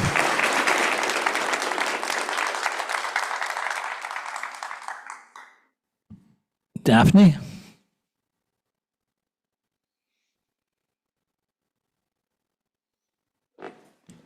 Good evening, members of the Board of Education, administrators, parents, and fellow students. My name is Daphne Arias, and I'm a junior at Torrington High School. I'm here today to talk about the proposed restrictions on computer usage and how these changes could affect both present and future students.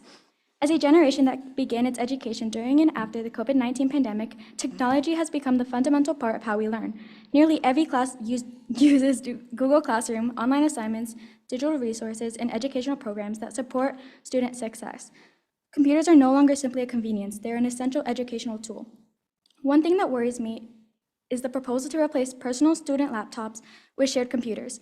While students may still have access to technology during class periods, they have no longer personal devices outside of school. For many students at Torrington High School, learning does not end when the school day is over. We use technology at home to complete assignments, conduct research, communicate with teachers, prepare for exams, and access educational resources. Without reliable access to a device outside of school, these opportunities become more difficult for students. To consider the students who use AP Classroom to practice, get help, prepare for exams, these classes depend on consistent access to technology, both inside and outside of school. If students lose that access, it becomes much harder for them to succeed in these exams. Also, special classes at Torrington High School rely heavily on technology. Programs like UConn ECE, biotechnology, and other classes that focus on careers and college-level work may be harder to do if we have these restrictions. Students who like science, technology, engineering, and other advanced fields should be able to use all resources that can help them learn. I understand that people are worried about artificial intelligence, but artificial intelligence, being honest in school, and spending too much time on screens. These issues should be addressed, but limiting access to educational technology is not the way to solve these problems. Instead, we should make our rules stronger, make sure people are held accountable, and teach students how to use technology responsibly. As students, we are getting ready for college careers in a future where technology is a part of everything. I ask the Board of Ed to consider these restrictions and how they affect student learning and academic opportunities in the long run. Thank you for your time. Thank you.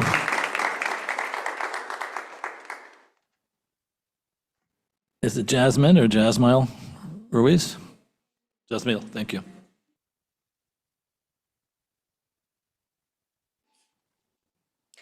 Good evening, members of the Board of Education, administrators, teachers, parents, and fellow students. My name is Jasmila Ruiz. I'm a junior at Torrington High School, and I'm here today because this proposal is about much more than screen time. It's about opportunity, equity, and preparing students for the future.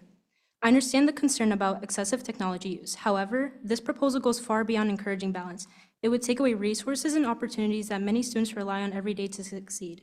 For some students, a school-issued laptop is simply a school tool. For others, including myself, it is the only computer available at home.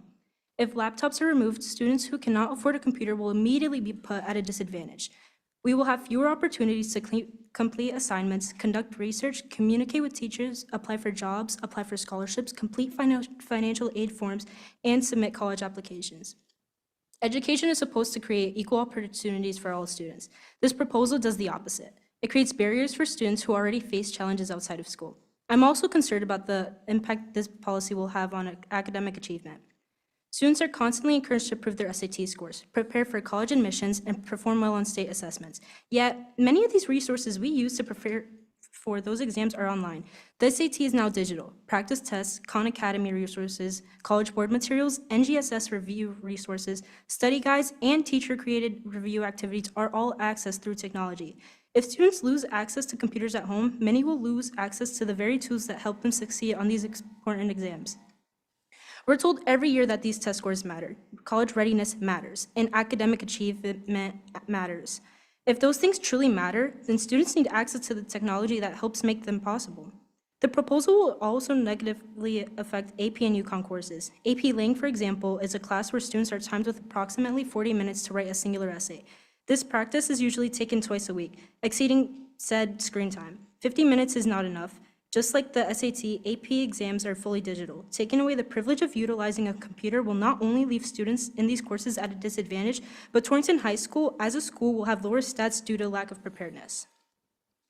These classes are designed to prepare students for college-level expectations. They require research, presentations, collaboration, data analysis, writing, and independent learning. Technology is not a distraction in these courses, it's a necessity. Limiting students to only 50 minutes of screen time per week in each class would reduce flexibility, creativity, and access to educational resources. It would make it harder for students to engage with coursework in the way colleges expect. Most concerning of all is the proposal to eliminate screen-dependent courses such as UConn Biotechnology. At a time when science, technology, healthcare, and research are some of the fastest-growing fields in the country, removing a course that exposes students to those opportunities makes no sense. UConn Biotechnology gives students a chance to explore careers in medicine, genetics, laboratory science, biomedical research, and other STEM fields. It strengthens college applications, provides valuable experience, and opens doors for students who may discover a passion they never knew they had. Removing that course does not help students. It limits them. Schools should be expanding opportunities, not taking them away.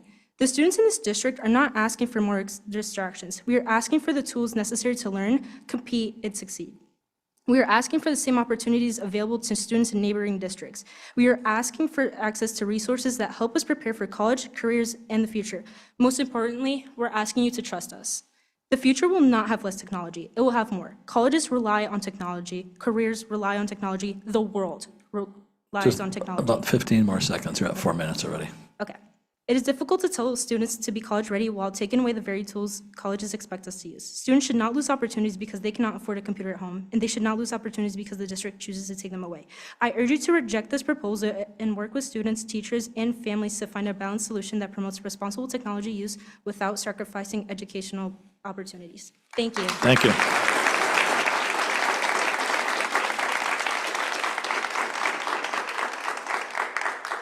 Ryan King.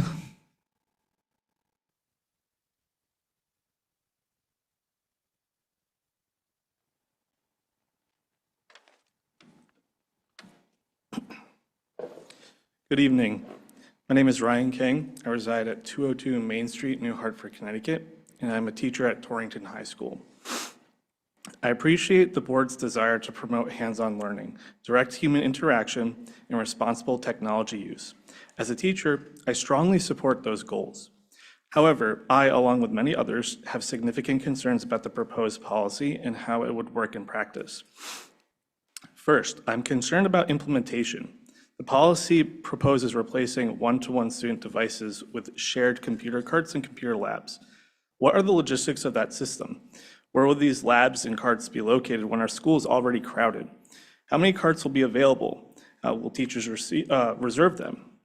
What happens when multiple classes need technology at the same time? Some classrooms are already too small to accommodate additional equipment, let alone seating for students. Before making such a major change, I believe the district should provide clear answers about how this model would function day to day. Second, I'm concerned about student access, opportunity, and equity. Many important student activities depend on technology. Students use computers for research, writing, collaboration, communication with teachers, college applications, scholarship applications, resumes, and online coursework. I'm especially concerned about the impact on our vulnerable populations. For example, English learners frequently utilize digital translation tools to access the curriculum. Many students with special needs depend on assistive technology to meet their required accommodations. How will these needs be met under the proposed limits on screen time and device access? I'm concerned about the impact on advanced coursework. How will AP classes, online classes, and other technology-dependent programs function under these restrictions? Third, I would like to better understand how the district plans to replace the resources and instructional tools that will be lost if access to technology is significantly reduced. If students are spending less time using digital resources, what investments will be made into non-digital alternatives? Will teachers have increased access to classroom sets of books, printed instructional materials, workbooks, library resources, printers, copiers, paper, and other supplies needed to support instruction? Will schools be prepared for the increased costs associated with printing, copying, and maintaining physical resources? The policy emphasizes reducing screen time, but reducing one instructional tool creates a need for others. If technology is being removed from the classroom, what resources will be added in its place to ensure teachers can continue providing students with high-quality instruction and learning experiences? Finally, I worry that this policy focuses on limiting technology rather than teaching students how to use it responsibly. Our students are entering a world where digital literacy is no longer optional. Colleges and employers expect students to know how to research information, evaluate sources, communicate professionally, collaborate online, and use emerging technologies responsibly. These are skills that must be taught and must be practiced. 15 more seconds. I support reducing unnecessary screen time, support hands-on learning, support meaningful human interaction in our classrooms, but I do not believe these goals require eliminating broad access to technology. The question should not be whether students use technology, the question should be whether they are using it purposely and effectively. I respectfully ask the board to fully address these concerns and provide a clear implementation plan for moving forward with a policy that would fundamentally change teaching and learning in our district. Thank you for your time and thank you for what you do. Thank you.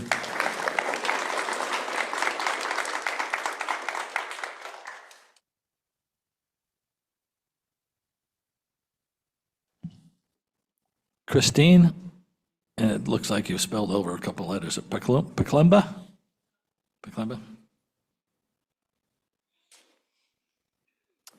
Good evening. My name is Christine Poklemba, and I'm a teacher at Torrington School. I live at 3 Summit Lane in Bethel. I have had the privilege of working in our district for 20 years as an elementary school teacher. It is on behalf of our youngest learners that I speak today. I am here to urge you to pause and to conduct a thorough study of technology use in our schools at all grade levels and across all buildings before implementing broad restrictions. I appreciate the desire to monitor students' use of technology and the goal of ensuring books, paper, and pencils are in our students' hands. However, I do not agree with limiting students in grades K through 3 to just 60 minutes of instructional screen time per week. I encourage advocates of this limit to visit our elementary schools, speak with teachers and administrators, and see firsthand what instructional screen time actually looks like in our classrooms. As defined in the proposed policy, instructional screen time includes any screen use used during the day that is part of classroom instruction, whether teacher-directed or independent school student work. The reality is that many of the programs our district has adopted include significant online components. Second Step and Mystery Science are entirely digital. Our benchmark program and the newly adopted IM Math program include substantial digital content, including learning slides, videos, and interactive activities designed to engage students in discourse and problem solving. These tools are not supplemental. They are integral parts of the curriculum teachers use every day to engage students and support learning. Simply put, technology has become a necessary instructional tool in today's classrooms. Limiting access to these resources would significantly impact our ability as teachers to provide students with the high-quality education they deserve. Come into our classrooms. You will see students engaged in meaningful discussions, collaborating with peers, solving problems on whiteboards, and using hands-on materials. You'll also see curiosity sparked in science, math, and literacy through an engaging in video. You will see students planning and writing on paper, reading and annotating books, and using Chromebooks to research, create, and demonstrate their learning. Technology is not replacing traditional learning, it is complementing and enhancing it. If you stop by during a WIM block, you may see a small group receiving Tier 2 intervention while other students use Freckle on their Chromebooks for individualized practice. During another WIM period, you might observe students working in a variety of ways to strengthen their reading skills. A small group may be with a teacher. Other students may be practicing fluency through Reader's Theater or reading with partners, and other students will be on a Lexia platform, receiving personalized phonics instruction and practice tailored to their individual needs. The important point is that effective instruction does not look the same every day. It changes based on the content being taught, the students in front of us, and the needs they bring to the classroom. Access to one-to-one devices allows teachers to group students flexibly, differentiate instruction, and ensure that every student is engaged in meaningful learning. In many of our elementary classrooms, one teacher is responsible for the learning needs of more than 20 students. Technology helps us provide personalized instruction and practice in ways that would otherwise be difficult to achieve. It allows all students to work on tasks that are appropriately. 15 more seconds. Yep. Elementary teachers and educators at all levels fully agree that students need meaningful interactions with their peers. They need face-to-face instruction, hands-on learning experiences, and opportunities to collaborate. We make those experiences a priority every day. At the same time, we thoughtfully use technology as one of the many instructional tools to meet students' needs and prepare them for success. I respectfully urge you to conduct a thorough review of technology use across the district before moving forward. This review should include meaningful input from the teachers who work directly with students every day. Your teachers' experiences and observations are invaluable in understanding both the benefits and challenges of technology in the classroom, and our voices should be an essential part of the conversation. Thank you for your time. Thank you.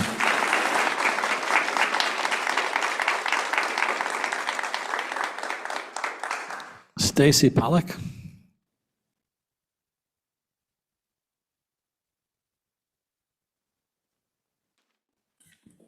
Good evening. If it's okay, I'd like to read a statement for someone who couldn't be here, and then I'll read mine, but I promise mine is short. Just one, 3 minutes total. Total. Okay, I'll do mine first then. Stacy Pollock. I am a resident of Camp Street in Plainville and the TMS Humanities coach. My concern is in regard to Section 4 of the policy, prohibited screen time. Under this section, devices are prohibited during free time.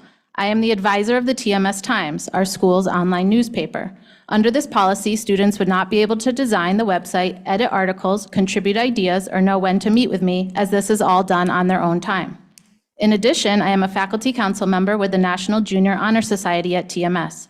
Students are notified of meetings, service opportunities, and induction information through Google Classroom and Gmail, all of which they access on their own time. We can't assume that all students have access to devices at home. If they don't have access to devices at school either, how will they be able to participate in extracurricular activities that require technology? Thank you for your time on that one. And I will share this part from Veronica Gelomino, who lives at 37 Water Street in Torrington. If we try to control the use of technology in the classroom by limiting its use with an overall policy about the number of screen minutes for educational purposes, especially at the secondary level, we will be taking a step backwards rather than forwards for our students. Teachers should be able to schedule their computer lessons and projects at a time that fits their students' learning schedule, rather than a computer cart reservation schedule. We would need to ensure that each classroom had a cart with enough computers for each student in the classroom in order to allow for learning to happen at the best time, rather than when a computer becomes available. As a teacher of drama who doesn't use a computer regularly, this would also be important because there aren't resources readily available for teaching theater history or for demonstrations of different subjects. Would I have to reschedule a unit or be adjusting constantly as I wait for an available computer cart? We would need to ensure that students who are learning from home for an extended period of time have access to a computer so they can keep up with the lessons, assignments, and information they are missing in the physical classroom. Enough loaner computers need to be available for these students. Responsible technology use, staying safe online, avoiding social media pitfalls, and navigating AI are all topics that not only teachers, but parents and guardians need to refresh and update regularly. We should consider extending and improving our outreach and communication with parents on how to limit technology use and supervise their children's technology use at home, as well as continue to update teachers on best practices in their classrooms. If we are truly preparing our students in Torrington for the future, as well as preparing them, we must move forward with a sensible policy that is flexible to meet student and teacher needs and ensures the necessary resources for each student, teacher, and classroom. Thank you. Thank you.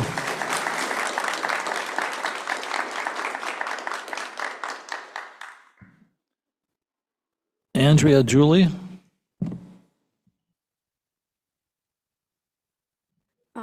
Good afternoon. My name is Andrea Julie McKendy, and I'm a junior at the Torrington High School.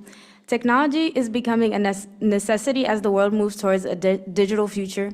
Many classes rely on computers for assignments, research, and daily classroom activities. Students use school-issued devices for college applications, internship opportunities, SAT preparations, educational websites, scholarship searches, and exploring potential colleges and career paths. Limiting computer access to only 50 minutes each class per week restricts students' ability to complete those important tasks. Computers provide access to resources and opportunities that cannot easily be replicable through paper materials alone. In addition, not every student has access to a computer at home. For many families, a school-issued device is an essential tool that helps ensure equal education opportunities for all students. Certain courses, such as biotechnology, are heavily dependent on computer use and would be unable to function effectively without it. These programs provide valuable learning experiences and expose students to fields they may not have otherwise considered. Speaking from personal experience, biotechnology introduced me to scientific subjects that I was able to discover that I genuinely enjoyed and may pursue in the future. Without access to technology, opportunities like this could be greatly diminished. Schools has a responsibility to prepare students for higher education, the workforce, and life in a now digital world. Maintaining meaningful access to computers is a critical part of fulfilling that responsibility. Thank you for your time. Good job, thank you.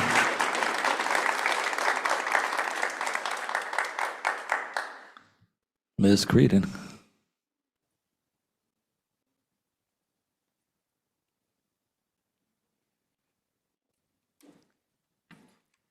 Good evening. My name is Joanne Creedon. I'm the Director of English Learner Services, Torrington Public Schools. This is year 25 in Torrington Public Schools, and I am a resident of 202 Wigwam Road in Litchfield. Quick thanks to all of you for serving. The hours that you all put in are just uncountable. I'm here tonight to express my concerns about the instructional technology policy and urge this committee not to rush to policymaking, but to take the time to consider the consequences, including perhaps the unintended consequences of the policy as it looks now in its present draft form. I have served as a building administrator for 13 years and now 5 years in my present position as district administrator. So I am well aware of the dangers technology can pose to our children. And we are daily learning new ways technology can endanger the adult world of communication, economics, politics, the environment, and more. Yet I am a firm believer in the intentional, purposeful integration of technology in our classrooms. I also believe in the power of public education and our shared responsibility to ensure that all students have equitable access to opportunities of all kinds, not only to improve their lives, but to improve the quality of life in our communities. These students are our next doctors, engineers, service providers, and we don't even know what higher ed and career possibilities will exist in the future. But we know we need them to be well prepared in all areas with both the soft skills and the tech skills. This building was built on the promise of a 21st century education with multiple pathways to lead students to careers of the future. I urge you to keep this in mind. In my role as Director of English Learner Services, I have often bemoaned the over-reliance on technology in some cases, such as using Google Translate as a mechanical process and thus bypassing the critical thinking, employing the brain of making meaning through language. Yet I have also seen what a game changer it has been in many cases, especially with our older students who enter our high school not only needing to learn English, but also earn credits. Sitting in math, science, social studies classes, technology has given these students access to the content in these other disciplines. Can you imagine yourself sitting in a high school classroom in another country, in another language, and not having the ever-evolving language learning tools that are available? And we know that English learners, and in fact, many learners, if not all learners, need multimodal instruction that combines text, audio, visuals, interaction, and collaboration. And technology can provide that in ways that we never dreamed possible. 15 more seconds. I'm getting a lot of eyeballs, but you just try to finish up. That'll be fine with me. Okay, I will be presenting my full message to the committee afterwards. Thank you. With technology and AI evolving faster than the few minutes I just spent speaking, please do not rush to shut down technology. What our students need and deserve is better, more intentional use of technology with an eye to the future, not only as a tool, but as a bridge to mobility, connection, and opportunity in a globally connected world. Thank you. Thank you.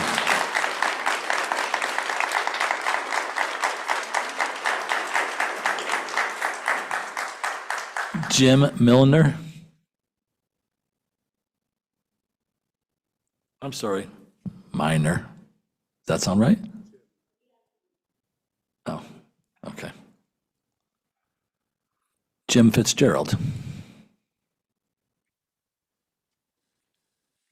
Good evening. Thank you for the opportunity to speak to you. I am completely against this policy as it stands. I like the idea of you strengthening anything we can do technology-wise to prevent access on Chromebooks, et cetera, to any social media, streaming entertainment websites, gaming sites, chat or messaging applications, and some of the other stuff that really is a distraction from education. But this goes way too far. Many other people have already said this to you far more eloquently than I ever could. Please, I hope you listen and reject this policy as it is. Try again. Let's try again. Thank you.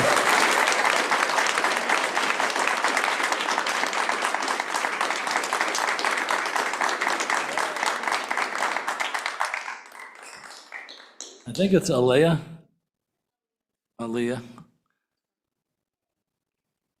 Hello, my name is Aaliyah Quintero, and I reside in Coolidge Avenue, Torrington, Connecticut. I'm currently a junior at THS. I wanted to bring forward some key points about the effects of removing laptop access in our classrooms and some potential solutions to the excessive screen time. For incoming high school students, beginning a new chapter and adjusting to the responsibilities and expectations that come with high school, removing laptop access will create unnecessary barriers for us. It would not only leave many students unaware of the resources available to help them navigate academics and school life, but it can also potentially reduce student involvement with the local community, as many, if not all, THS programs heavily rely on tech to communicate important info, including announcements about events and meetings such as this meeting itself. As a Board of Education, the main pursuit should be to supply all students with the tools they need in order for them to perform better so that our characters, our community, and our ability to advance in education increase like never before. The primary priority should be ensuring that every student has an equal and fair opportunity to succeed academically and prepare to walk amongst a world that is becoming harder to live in without the knowledge on how to use our current day tech. Personally, I am setting up myself to go to college for marketing, a field that is heavily reliant on background skill of digital communication, research skill, and ability to work with creative tech platforms. Removing laptop accessibility from schools would reduce students' ability to build familiarity with such tools that many modern-day careers require us of. And this removal would be putting us at a disadvantage before we even enter college or the workforce. If we can return our faces to the bigger overarching concerns like teen mental health, we can take the first step to fixing the root problems within our school systems. Roughly 30 to 40% of your students report persistent mental health blockages that disable them from setting their attention towards their schooling. Not all of the plan is bad. Screen time throughout the day is an issue, but our alternative can be turning towards more paper-based assignments as well as engaging more verbal activity to engage and encourage students to elevate their social, verbal, and collaborative skills necessary for their development and future opportunities. The world we live in today is not the same as it was 20 years ago. So we must update and reevaluate the needs of current day students when providing access to technology that prepares them for higher education and future careers. Thank you for listening. Thank you.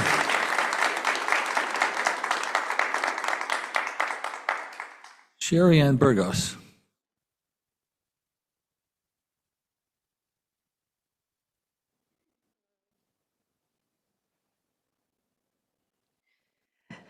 Good evening, members of the Board of Education. My name is Sherry Ann Quintero. I reside on Coolidge Avenue here in Torrington. I have two daughters, one attending Torrington High School and the other attending Torringford Elementary. I work as a work-from-home paralegal. Every single day, I depend on the computer to do my job. Drafting documents, researching case law, meeting deadlines, but simply having a computer doesn't do the work for me. I still have to analyze information, make judgment calls, and think critically about every task in front of me. Technology doesn't eliminate critical thinking, it raises the bar for it. Using a computer effectively is critical thinking. Knowing which sources to trust, how to organize information, how to communicate clearly in writing, how to meet a deadline efficiently. These are not passive skills. These are the same skills every employer, every college, every career will demand with our children the moment they leave these halls. If there are concerns about how students are using technology, the answer isn't elimination, it's better strategy. Rather than removing the tools our students depend on, let's invest in teaching them how to use those tools wisely. That's not just better for our kids, it's better for our community. Additionally, for many of the students, the school laptop is their only computer. Removing it doesn't inspire deeper thinking. It simply removes opportunity from the students who need it most. Our kids aren't thinking less because of computers. They're being asked to think in ways this policy hasn't caught up with yet. Let's find a solution that prepares our students for the world they're actually going to live in. Thank you. Thank you.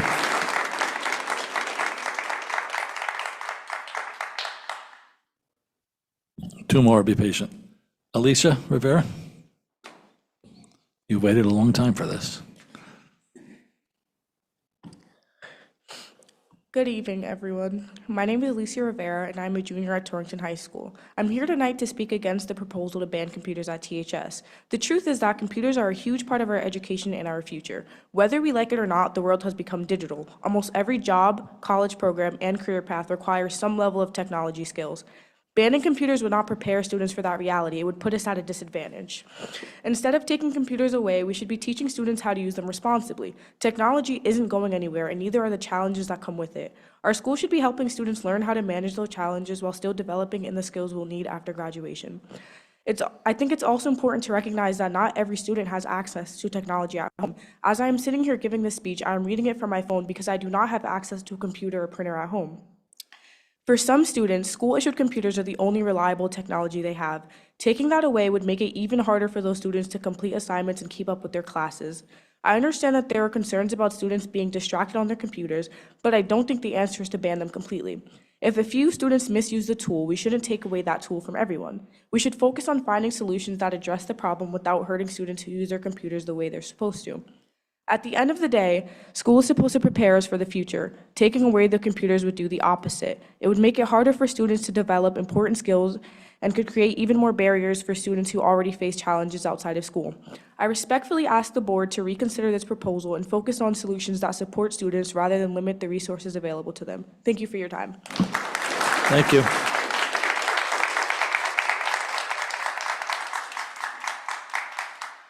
I think that's it.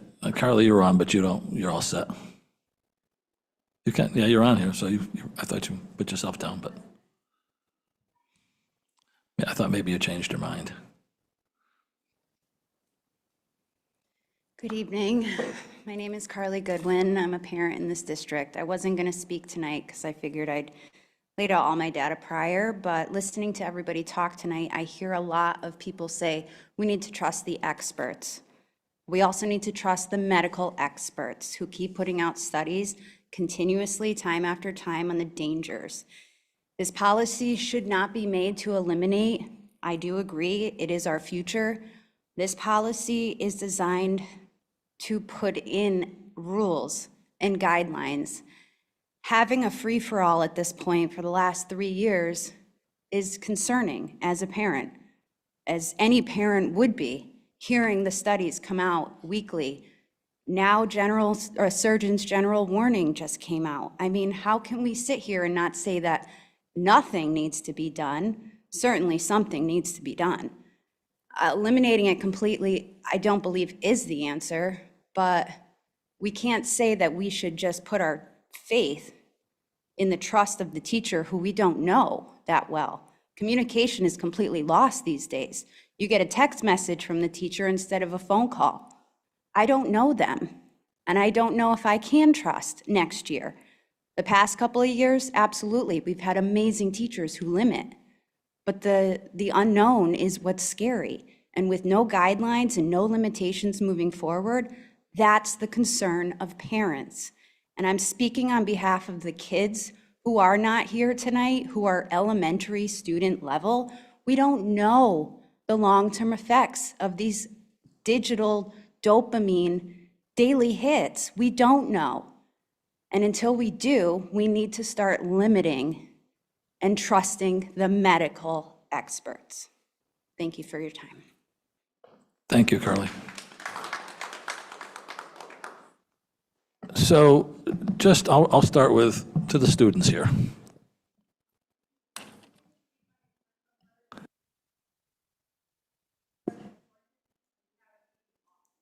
We have a lot of letters. We're all going to read them, but we've got a bunch of them, and we're going to put them into the record, and you can look into the record and people can read them, but we've got too many to go through.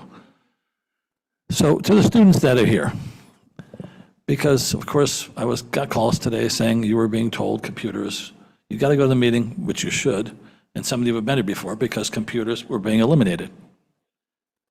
There's nothing, this is a draft policy. That's all it is. There's nothing that's going to be eliminated. But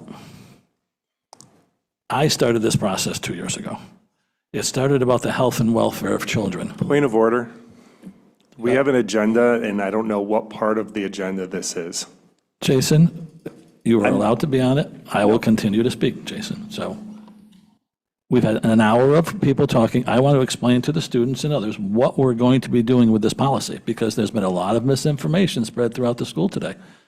And I'm going to tell the children, what you have to do is understand they're not being eliminated, and this is part of our discussion tonight, carts and computer labs. 4 years ago, we had carts. Just recently, we had computer labs. You will have access to computers. The teachers will have access to computers, but this is a draft. Where this ends up by September will be a result of everybody in this room working to put a policy together that's complete. There will be computers in every room on a cart if that's where this goes, and you'll have access to them. And I will tell you, students in this room, I have 6 kids. I have one that's a PhD student and was in school with carts. I have a girl that just graduated that's an intern for me, honor student in biomechanical engineering, just graduated, had carts when she was in school 4 years ago or 5 years ago.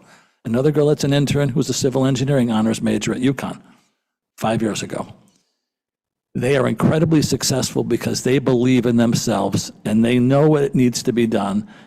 And having computers in front of you every day, instead of on carts, isn't going to make that something that's going to allow you to achieve that level of success they achieve.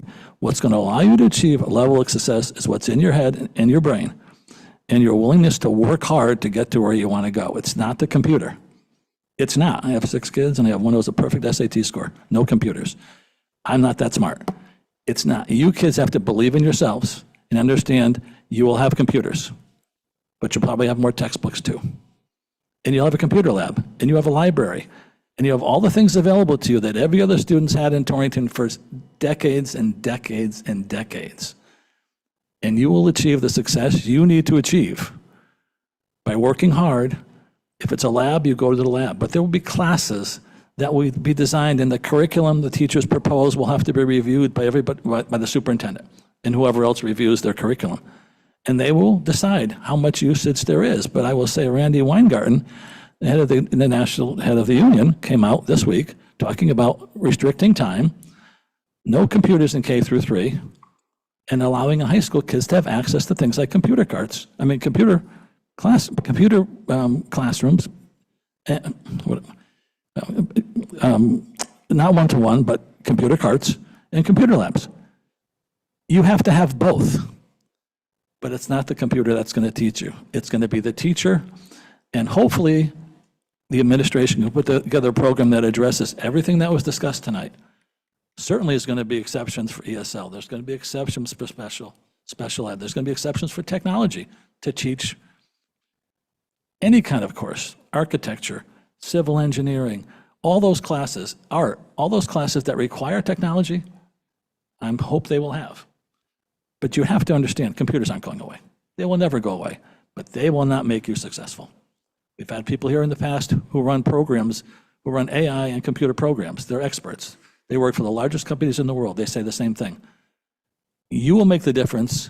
You study hard. You read your textbooks. You use your computers when they're necessary and when your teacher allows you to use them. But that's what's going to make you successful. So don't believe we're not going to have computers. We will have computers. Okay, they might be on carts, which can be more readily controlled because we've had a lot of problems. Probably not with the girls that are here tonight, but they will be available. So I'm going to start with that. As for the other questions brought up tonight,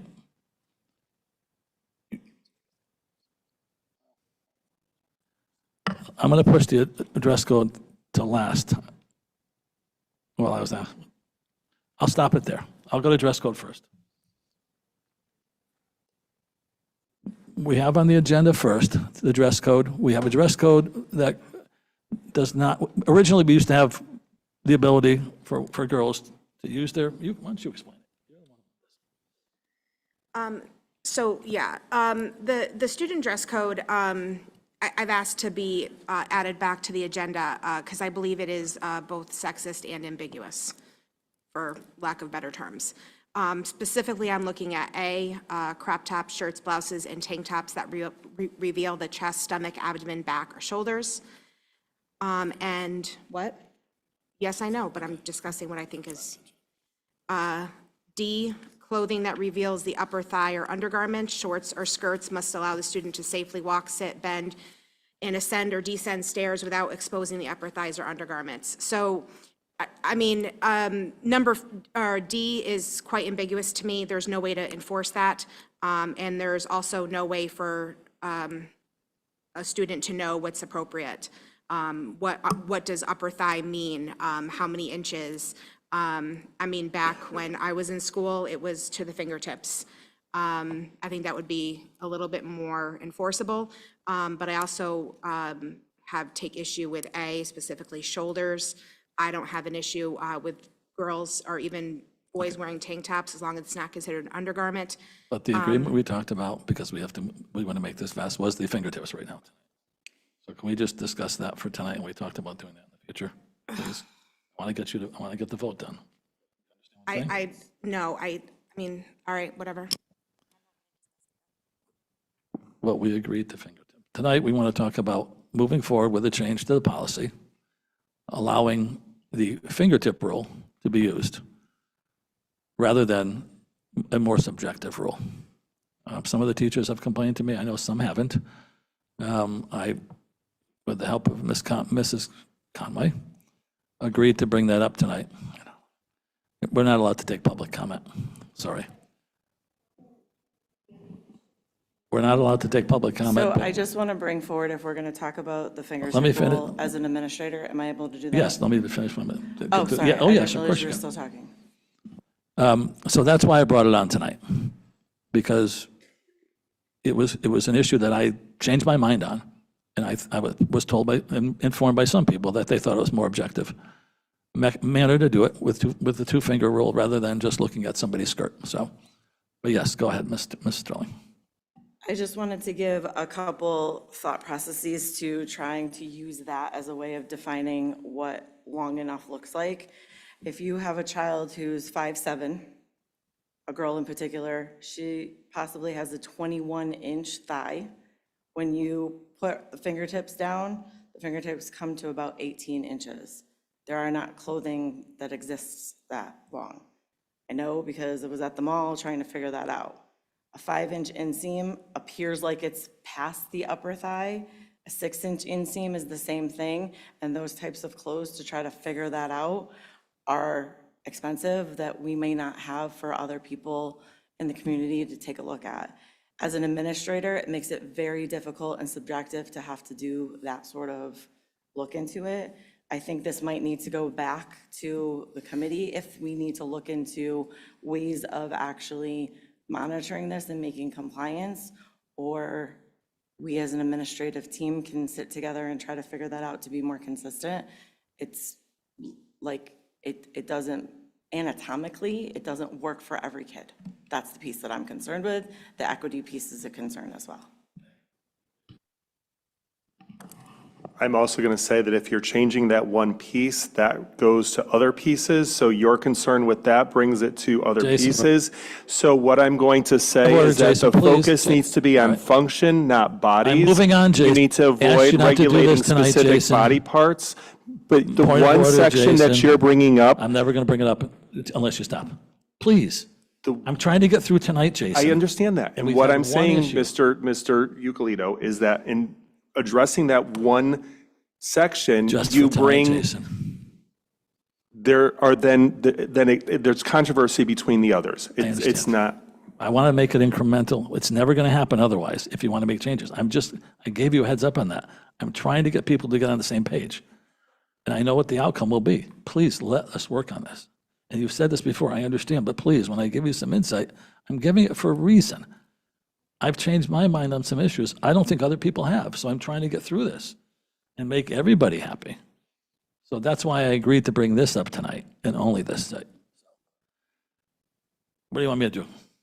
Take a vote? You want to, like Mrs. Sterling said, bring this back for further discussion? Because, I'd prefer to bring it back for further, okay, because full discussion. it does not state anything in the agenda that it's just going to be one line item. But And that- really, there are other line items that need to be All right, addressed. well, then we bring it back for that then. We owe it to the female students in this district. And okay, so we'll vote to bring it back.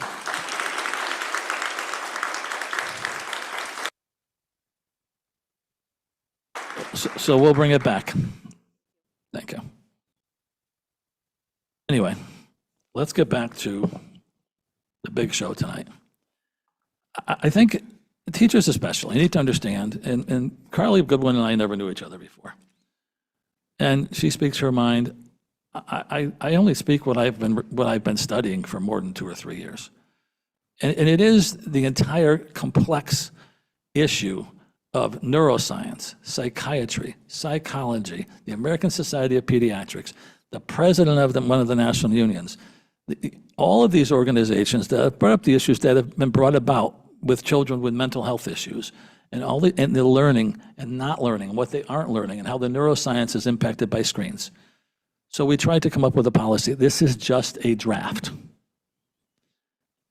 Mrs. Creedon's concerns, Ms. Mangan's concerns, Mr. Lafreniere's concerns, all those concerns in those issues will be addressed. In fact, I'll let Mrs. Ferguson read the policy out loud if everybody wants us to do that, which I think we should. Mrs. Ferguson. Well, I thought we wanted to, unless everybody's read them, I thought maybe we want to read it, but we've had enough time here tonight. The point is, I guess, read the packet.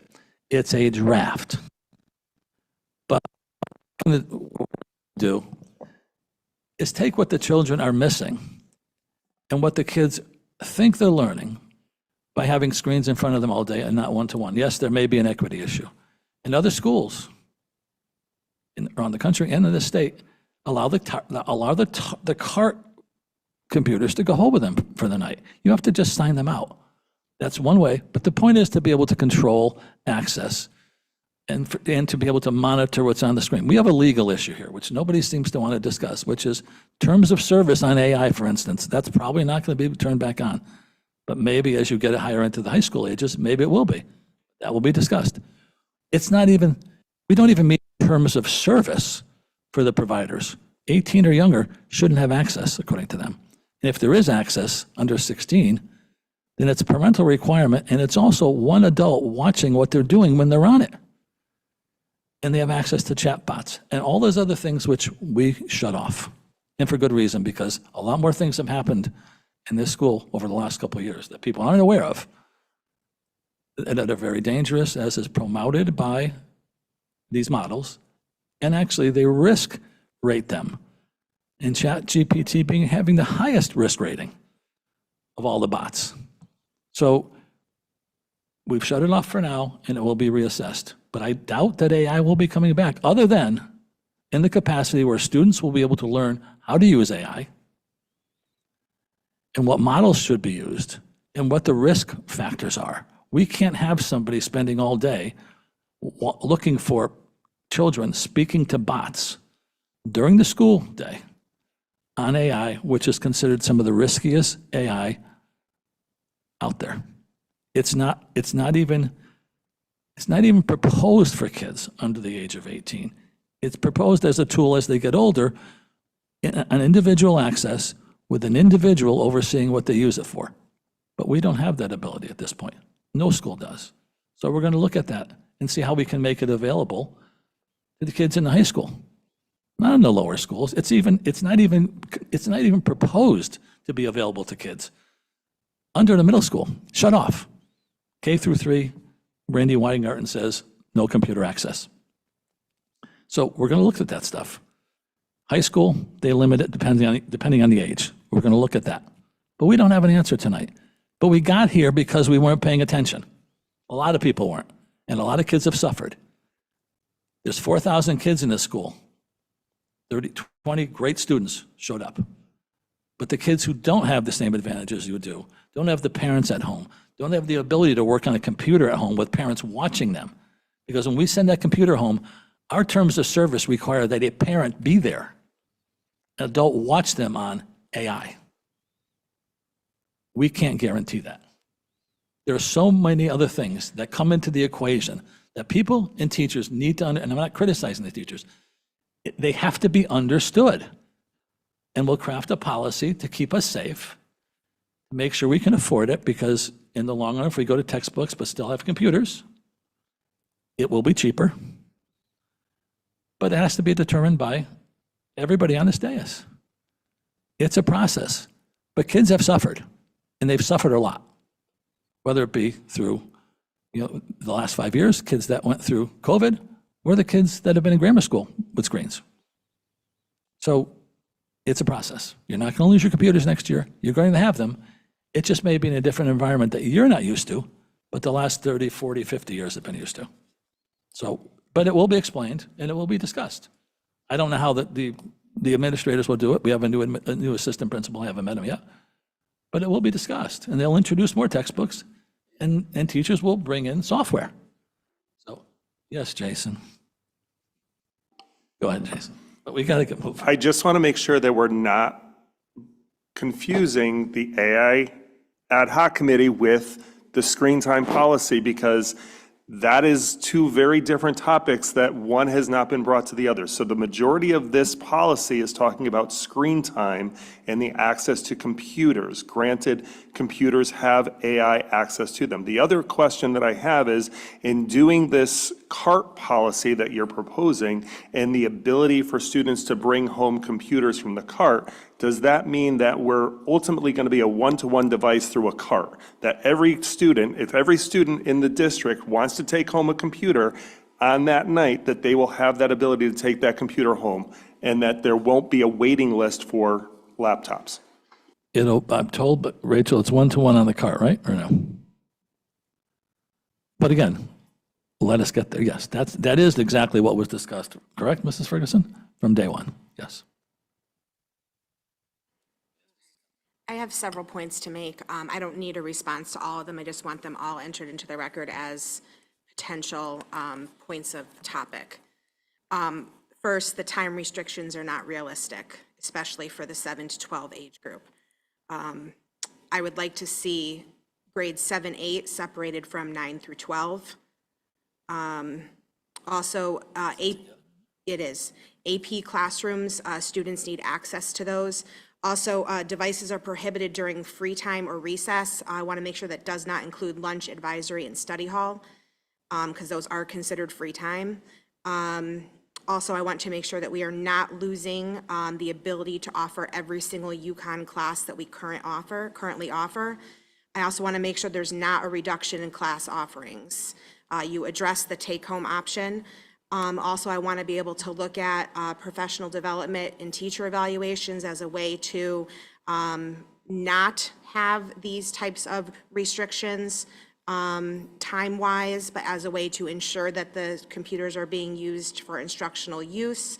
I also need to know who's going to be enforcing these, and when we have a sub in the room, will there be an exception for that? Because 50 minutes per course per week isn't even one full class for high school students and middle school students.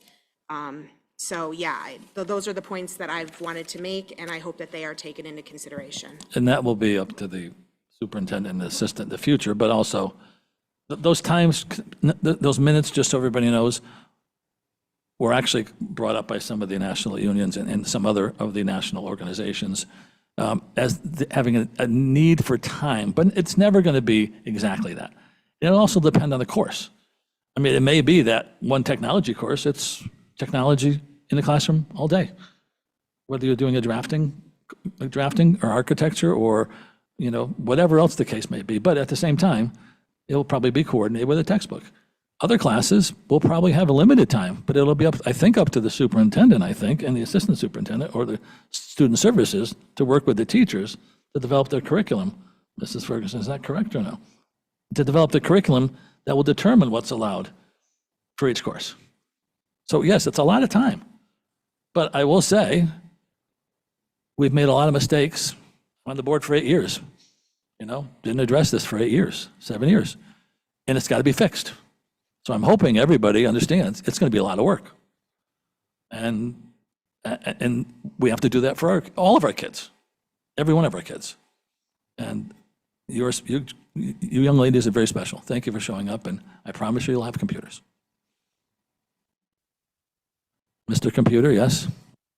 And Jeff will participate too. Thank you, Mr. Ugalito. Everybody knows in this room mostly and on the board that I'm a very data-driven and I ask a lot of questions type person.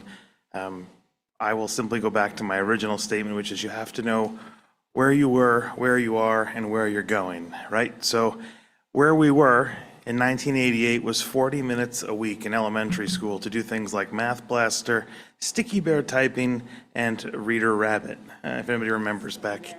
Everybody remembers, a lot of laughs. Yes, I am 47 years old. I've been out of fourth grade now for like 39 years. But that was 40 years ago, right? That was 40 years ago. We spent 40 minutes a week in a computer lab.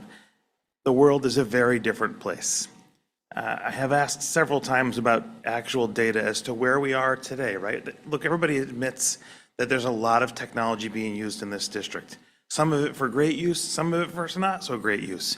But until we understand where we're at today, and all of these stakeholders can come together and say, look, we need it for this, we need it for that. Maybe we don't need to do it for this.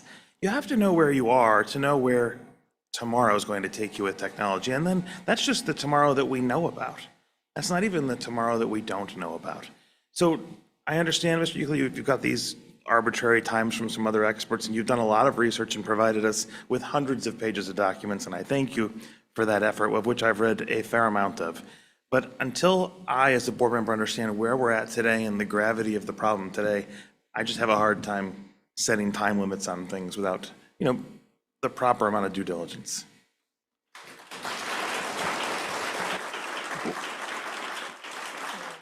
Well, you do know where we are today because you know what's happening in the classroom.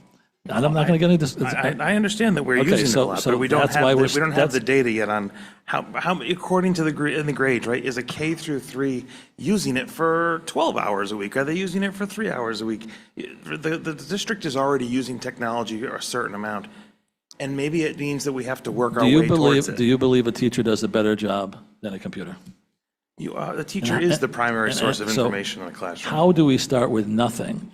We know nothing today, which we do. We can get the numbers, but the numbers don't mean anything because we know from a biological, neurological, and a physical and mental issue that children are being impacted. And those are the numbers that come from the health people, not the technology people, but those who provide us with the health data.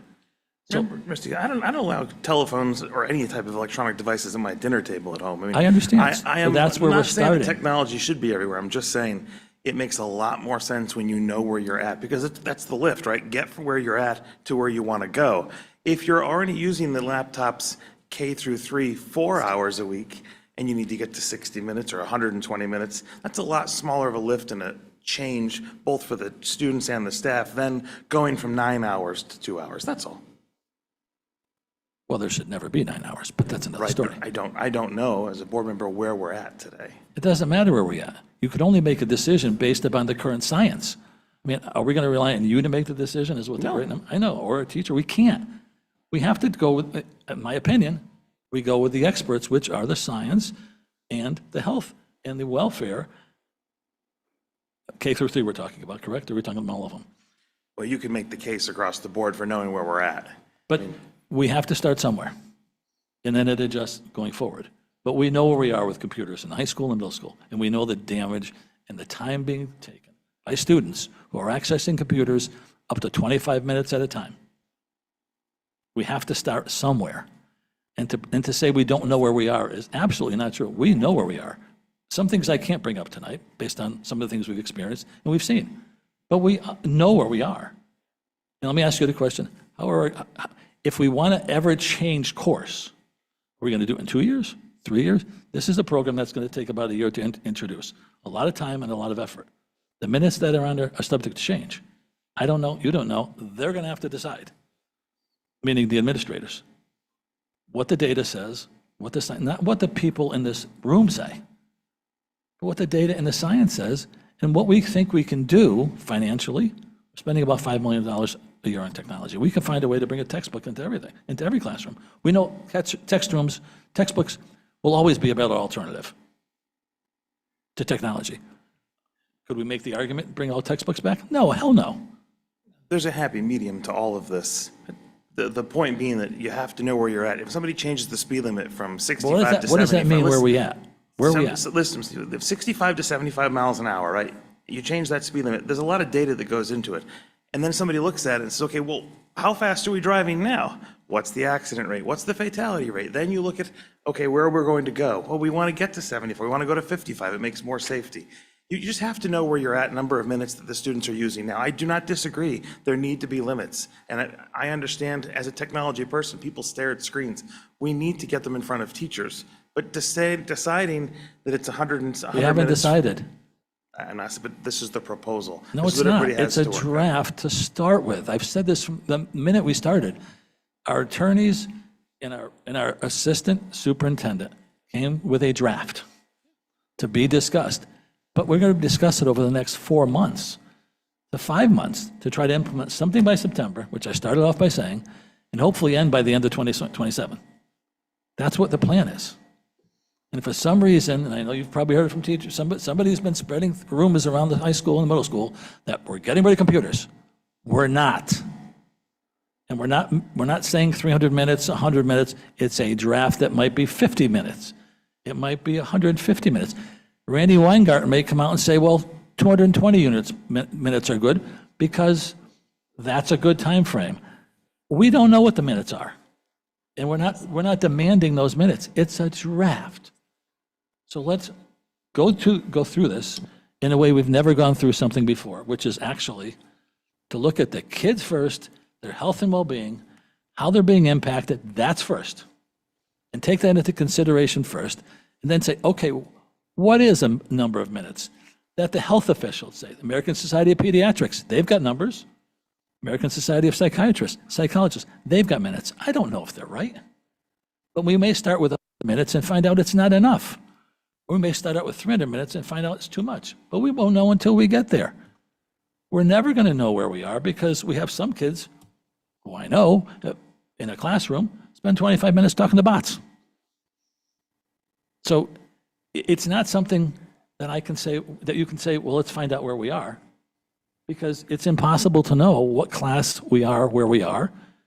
But we're going to make the decisions, I hope, based on professional opinion. I mean, how else do we do it? But you're next, go ahead. But that professional opinion doesn't just include us. It includes our staff, our students, And while I'm in agreement, We can, first of all, hang on. I'm in agreement that we need a policy, 100%. Is screen time overused? Absolutely. And do we have some instances where maybe a staff member is overusing it? Yes. But the majority of our teachers, we have to have faith in that they know what they're doing. Do we have to put safeguards in place? Probably.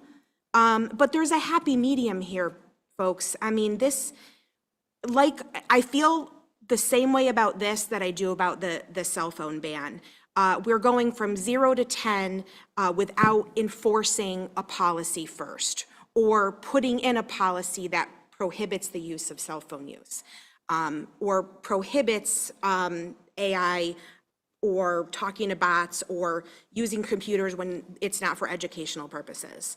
I agree with a lot of what everybody is saying here tonight, but this policy as written is just insane to me.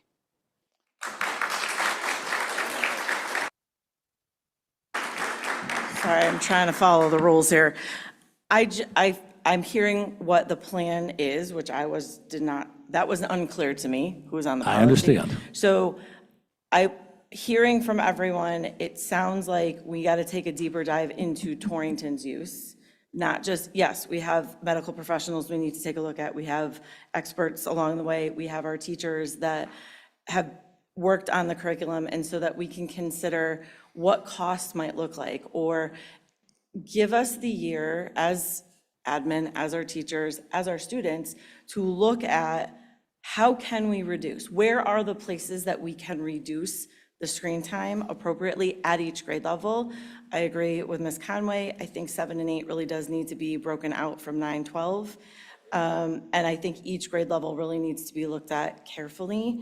It sounds like there's already a start to some of the teachers' opinions, but as we move through our different curricula, and I'm going to throw it out there, give us the year to really take a look at this. I'm sure you might want something a little bit ahead of time, but I know when we were talking about the cell phone policy before it went into play, we talked long and hard about what is this going to look like enforcing it? What is this going to look like in action? And it took us a little bit of time to get there. So I'm just advocating to slow this down, take the time, listen to the people, and think through what we do, because we are educators, we are trained professionals, we do keep up with the world, but take into consideration people's concerns, absolutely.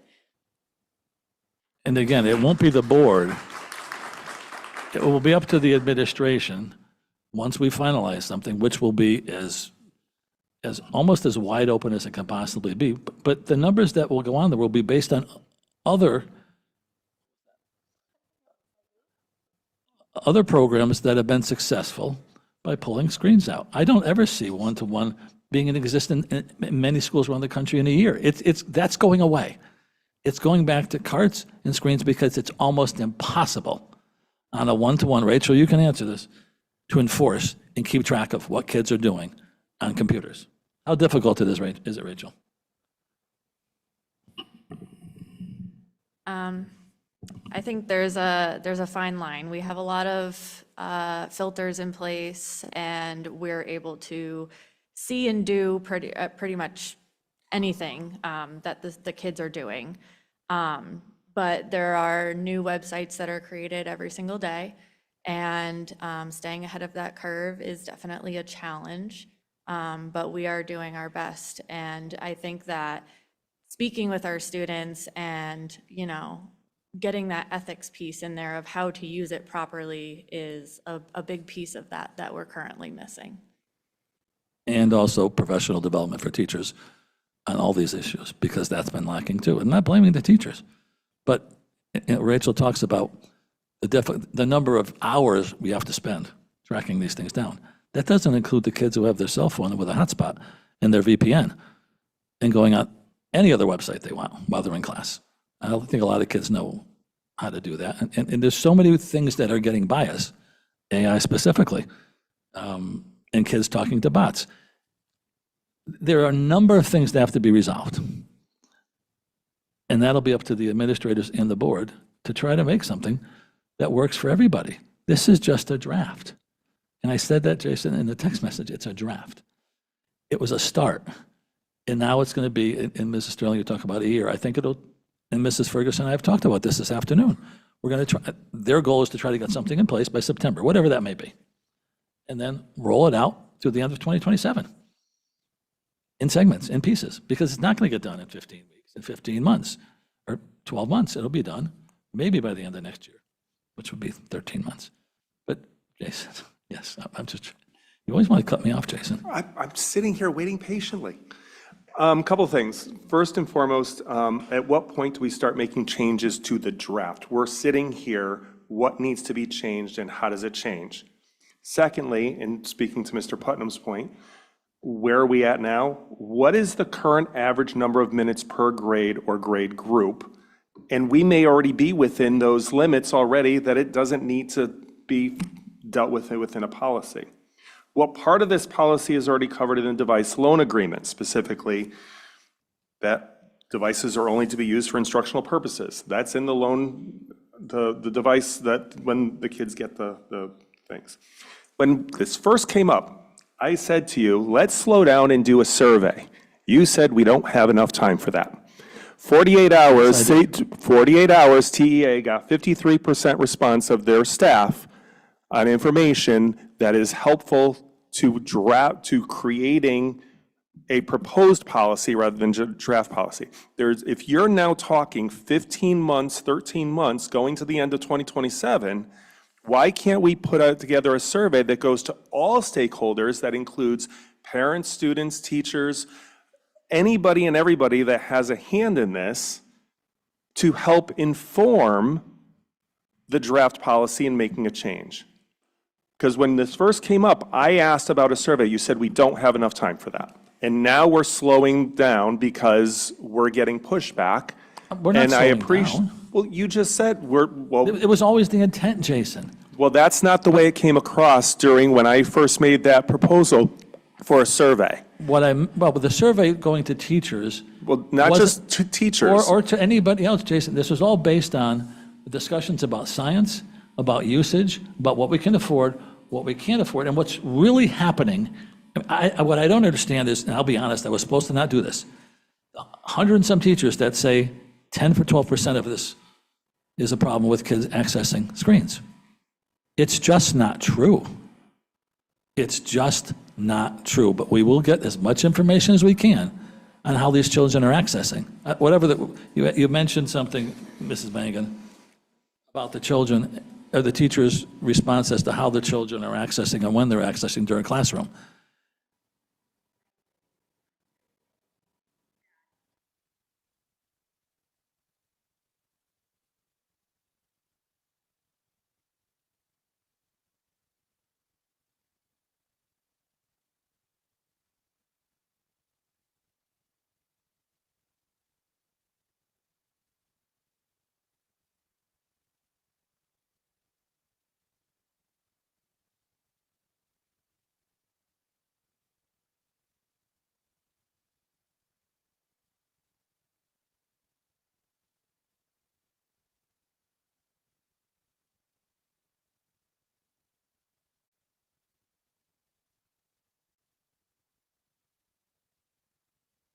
Wanted people to be honest.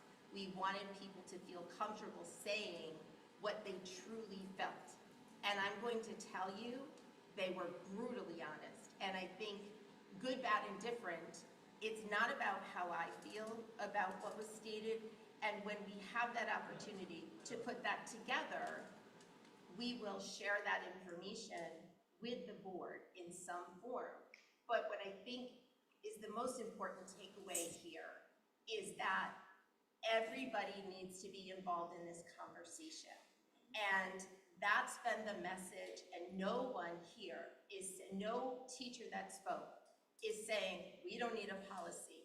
When I spoke last week at the board meeting, you weren't here, I spoke about the need for a policy to address AI. Nobody is saying,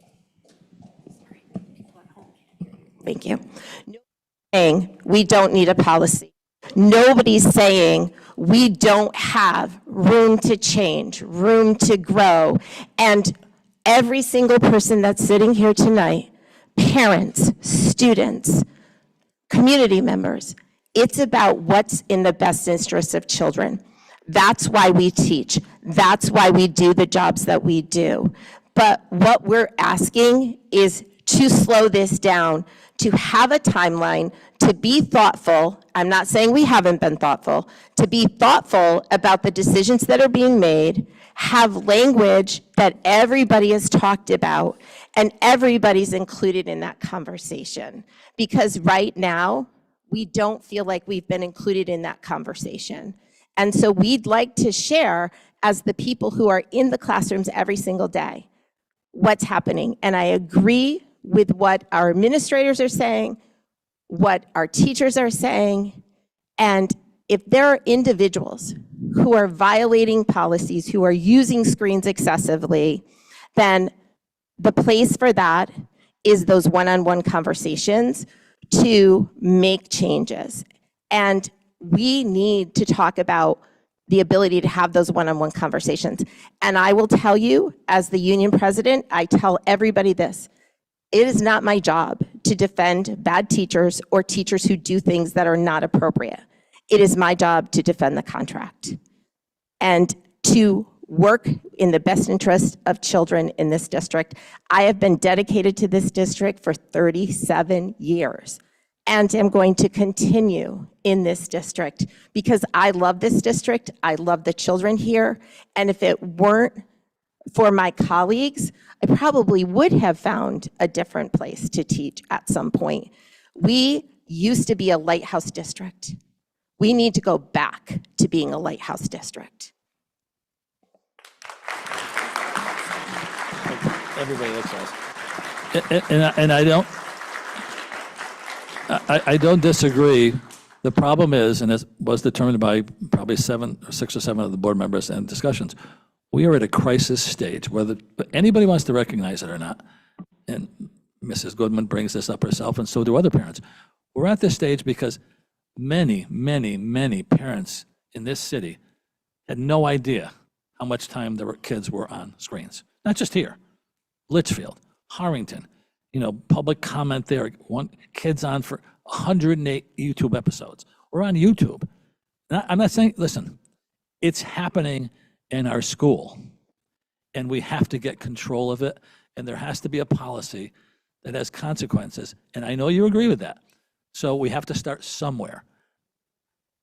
Okay, well,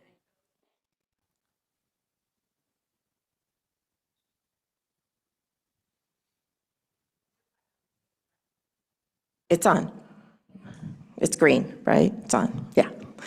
We need to really have a better understanding of where we're at. And I understand what's happening in our world. It's a scary place. I have great nieces who are 2, 3, and 4. Am I concerned about where this world is going? I absolutely am concerned about where this world is going.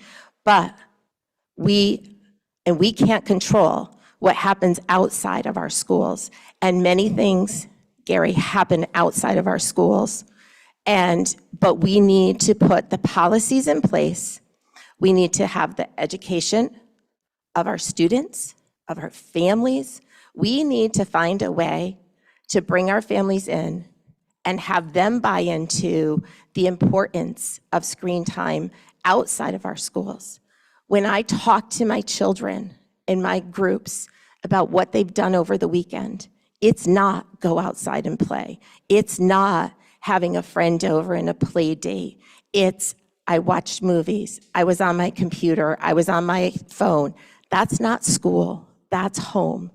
And I understand your concerns about what are happening in other communities, but our focus needs to be Torrington Public Schools and what is best for our students based on the experience of the students here in our district. And I've looked at policies in other districts. I shared those with all of you. And again, I go to, we need a policy. We need a policy regarding AI. We can't have a policy regarding AI until that committee finishes their work. And we talk about the recommendations that that committee is going to make. We need to involve all stakeholders, and that includes our teachers. And if we brought our teachers to the table as part of the conversation and invited them to that table, I think we'd have a different conversation happening. And what I heard here tonight is educators who want to be part of the process and educators who feel we need to slow things down a bit. We're not saying we don't need guidance and we don't need guidelines, but we need to make sure we're doing it in a thoughtful way so that we are doing the right thing for everyone. That's just, we need to all have conversations, and I think we haven't had the conversations we need to have. I understand. And I think, again, it's a draft. I understand it's a draft. We looked back at the things that worked before. Well, carts, labs, all those things. Every computer tech giant in the world came out of that process. Whether we look where we stand today or not isn't going to make a difference. We're in a crisis. What do we do to stop the bleeding? And it's, again, we don't have the kids here and their parents here that can talk about what their children are viewing on our screens and what they're looking at. It's awful. It's dangerous. So the point of this was to start a process that limits screen time in schools till we can figure out what's reasonable. Because you can't, I'm not talking about your classrooms, but in the older age group, 7th and 8th grade, people in this room have no idea what's going on these screens. We got to stop it. That means however the administrators... Who is we? Who is the we that has no idea what's going on? Can I ask that question? Because you say we have no idea what's going on. You want to speak to the issues that come up for the superintendent? You're leaving, but... Mr. Euclid is asking what are some of the concerns that we have when we kids with the bots and things like walk that. through the schools and we are observing in classrooms. And I mean, I can start. We do school visits routinely. I think all the teachers and all the kids know that, right? We are in the schools often. We're very visible in the schools. And very honestly, at the middle and high school, we do believe that there is an excessive use of screens in many of the classrooms. We are there on random visits, and the screens are up a large majority of the time. And often, not necessarily engaging in things that are related to what the lesson at hand is. That's a reality, and that's just been a few observations. And I understand that, and you and I have had that conversation. I guess my ask is, if that's happening, you're seeing that happen, what are the conversations that are happening around that in terms of speaking with those teachers, administrators? What are the conversations that are happening to try to change that if it's a problem and a concern? Certainly, and I could address that. I mean, we've had the conversation as well, Sandy. I mean, that's not foreign. We're not, even at the assistant principals meeting and at the principals meeting, it's been addressed. So it has been addressed with the administration, and the administration is told when they do their walkthroughs to have those conversations with those educators. We are firm, and you've heard me say this, and I'll say it, and several members at this committee have said it, the computer is never replacing a teacher. It can't, right? Teachers are way too important, way too valuable. We love our teachers, we support our teachers, we support all of our staff that have something to do with each and every one of our students. So that computer is never taking that away. That's why when I bring it up to all the unions, admin, teachers, and other, it's to limit that screen time, as Sue said. When we're walking around and we take a quick percentage check and we see high percentages of screens up and no teachers teaching, and sometimes what's on the screen is not the wonderful examples of what we've talked about, of enhancing the learning experience and using it as a positive tool. It's a student doing something he or she shouldn't do. And of course we talk to that student, and of course we have a conversation with that teacher. But those examples have been more prevalent, and as opposed to less far and few between. So I think that's why the need of addressing the problem, not to taking it away, not to say we're never using it, because we know that computers are here. We know that it's a tool. but using it as an effective tool both for teaching and for learning is very critical. And I think that's something I'm proud to say I thought we were in agreement on, and I think the admin unit and I have been in agreement on. But I think that's the component. It's not just the taking away for taking away's sake. And there's a million studies of who can hide behind a screen because they don't want to have that interaction, right? We don't want that either. We want that interaction. And I think our students who spoke so eloquently tonight, they wanted that interaction because they came and spoke to us tonight. They're not sitting there on their screen and avoiding the rest of the conversation that's taking place around them, which is important. But those are the fears, right? I mean, and there's so many studies on if you go into a room this day and age, how many people are on their phone rather than greet the person that comes into the room next, right? You smile because you and I have had this conversation, but that's a reality, right? And imagine walking into a classroom, if every screen is up, that new student could start tomorrow and not one student in that classroom would have recognized they had a new student in the room. And that's what we want to avoid. I think, and I'm not speaking for any board member, but I think that's the reason, that's the I think that we have to avoid, in my opinion, because it's not going to replace the teacher. It can't replace the teacher. Our teachers are way too important. Our students are way too important. I love visiting the schools. I love talking to the students. I love talking to the teachers.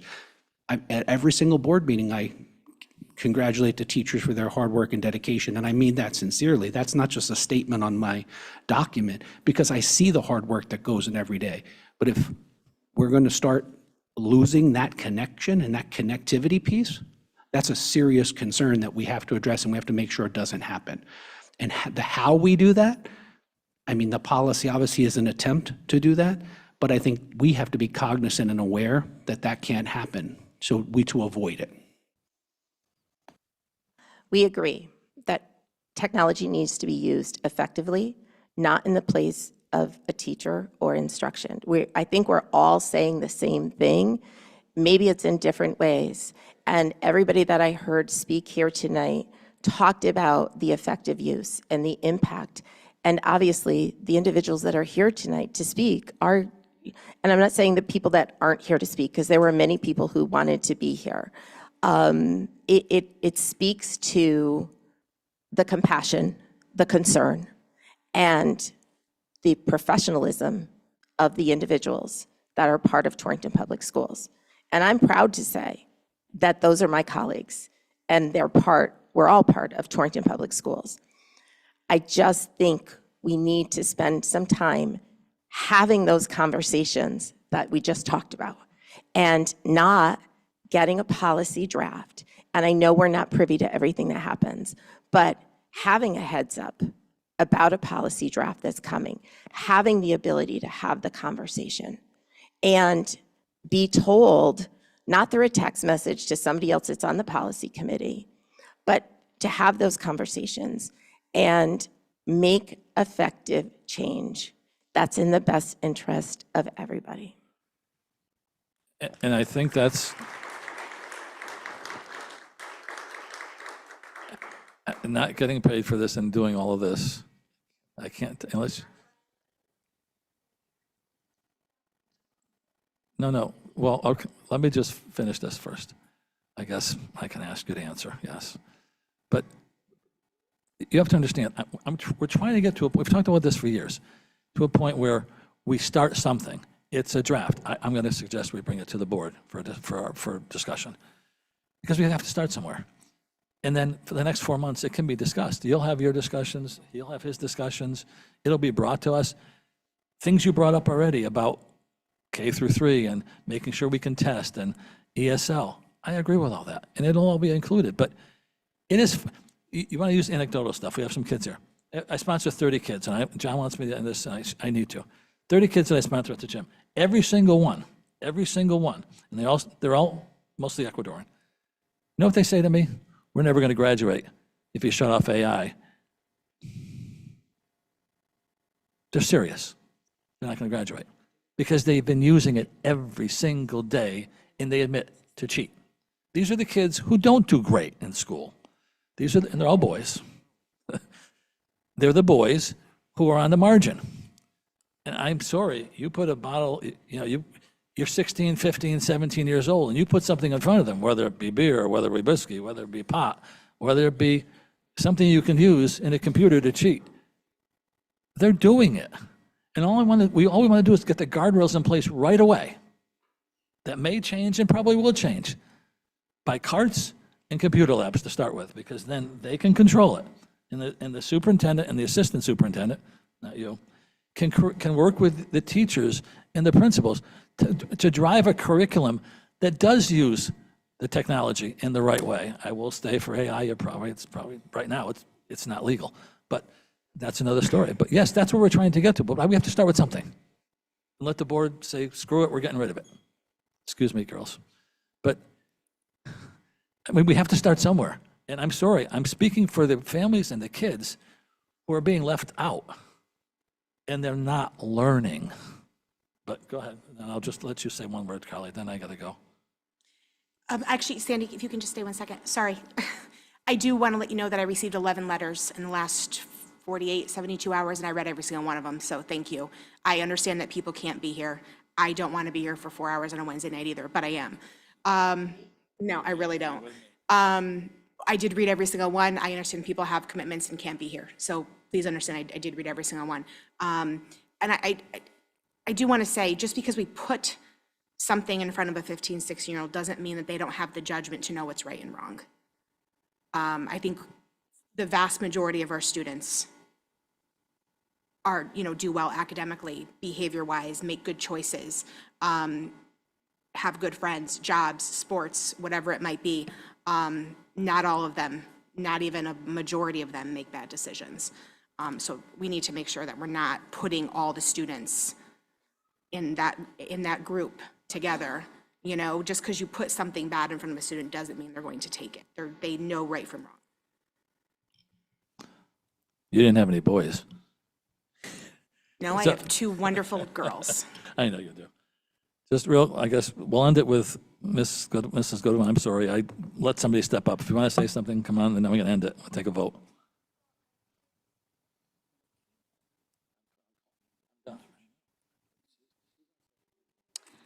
I just want to add that when we put in a policy at the hospital, it's for the patient's best interest. It's not to make the nurse's job easier. It's not to make the doctor's job easier. The focus of a school is a student's best interest. And if surgeons' general warning are out and constant studies are being pushed and pushed that the lower the student and the higher the screen time, the lower the comprehension. I understand that this is going to take a lot of time and energy, but all I keep hearing is that we have to collectively start thinking about this as a whole and this as a whole. I'm sorry, but we need to be the voice of our children who are 5, 6, and 7 coming in and going to have 13 years of one-to-one tablets and over-processed foods. You wonder why people are going to homeschooling, because no one's reading the writing on the wall. We're headed in a very bad direction as a society in general. We can't just look at Torrington, we have to look at the statistics all around. And we agree with you. But one thing I will ask is, Ms. Mangan brought up the social media. I'd ask that everybody in the room promote on social media going forward that we're doing everything we can do, and we are. This board is doing everything it can do. Absolutely. To bring people from over on this side of the table, even Jason.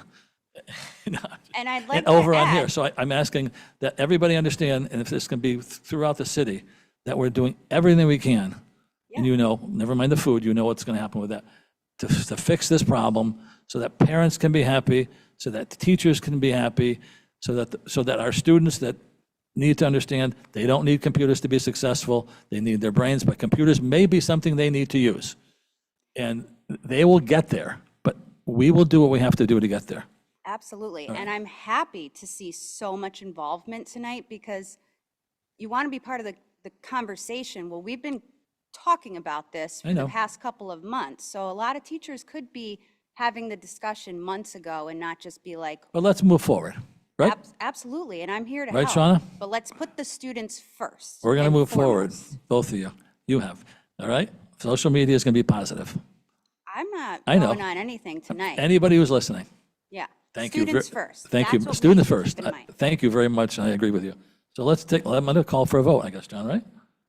Can we have a vote to move this forward to Board of Ed for discussion or not?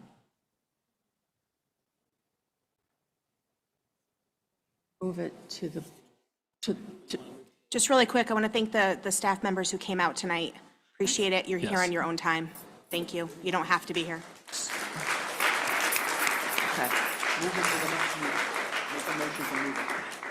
I think what's appropriate is to continue the conversation at the subcommittee level. I don't think it's ready to go to the full board at I this thought point. okay, that's what we're going to do. We're going to, subcommittee meeting? In the next meeting? I'm sorry, next policy committee, yes. August. They're going to be working on it in the meantime, but it's August, right? Yeah, it's August, unless you want to come in July. We don't have one. So we're going to move this to the next meeting in August. There will be continued improvement and work and information shared to move this forward and start, hopefully, the first of the year with something.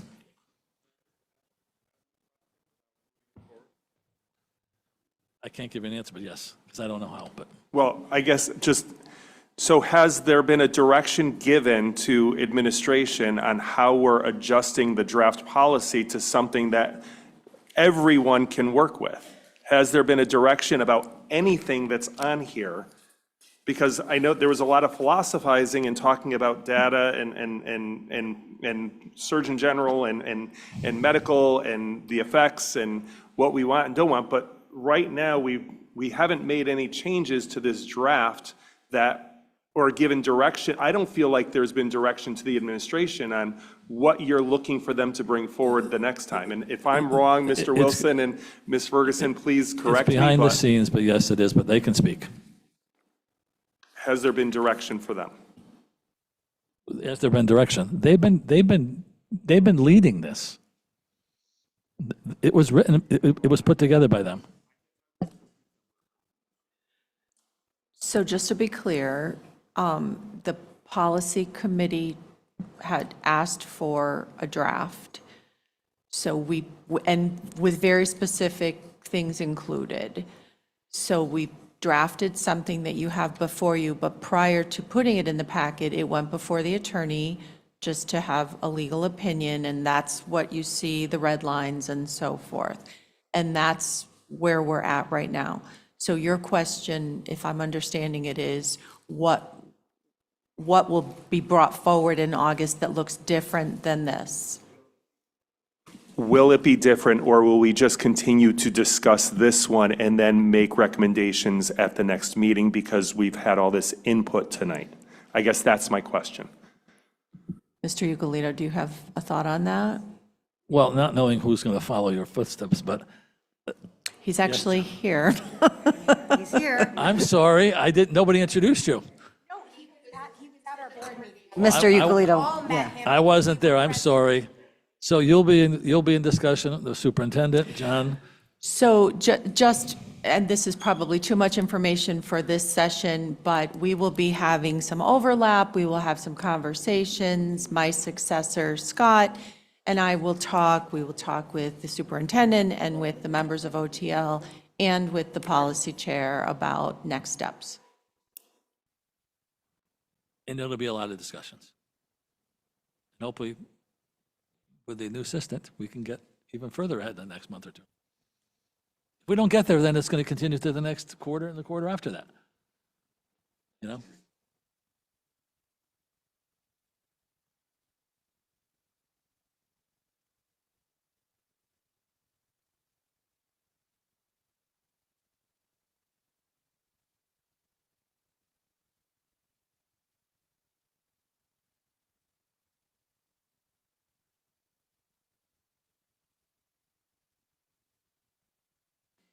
My comment is that dialectic is a very bad way to write policy.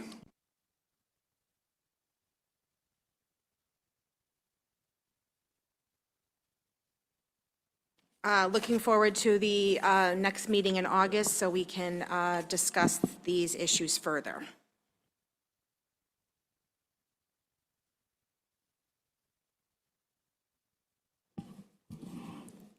Also looking forward to the discussion. Thank you to all the students that spoke eloquently. We appreciate that. Thank you to the teachers and staff that shared their expertise. We also appreciate that. Public participation is an important part of the business of the Board of Ed. It was commented at the previous meeting how exciting it was to have an audience. Treating those who choose to speak with respect will only encourage future participation. I understand the board policy of time limits to ensure timeliness of the meeting. It may be necessary to come up with a better way of informing speakers of their time limits. Maybe a timer on the screen would be helpful so that we can see something of where you're at for time-wise. We need to implement time limits equally and treat our collaborators respectfully.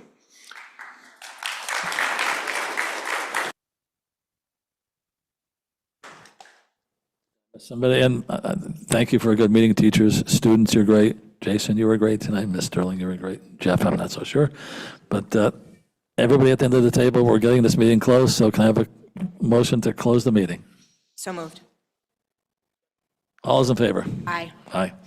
Thank you, everybody.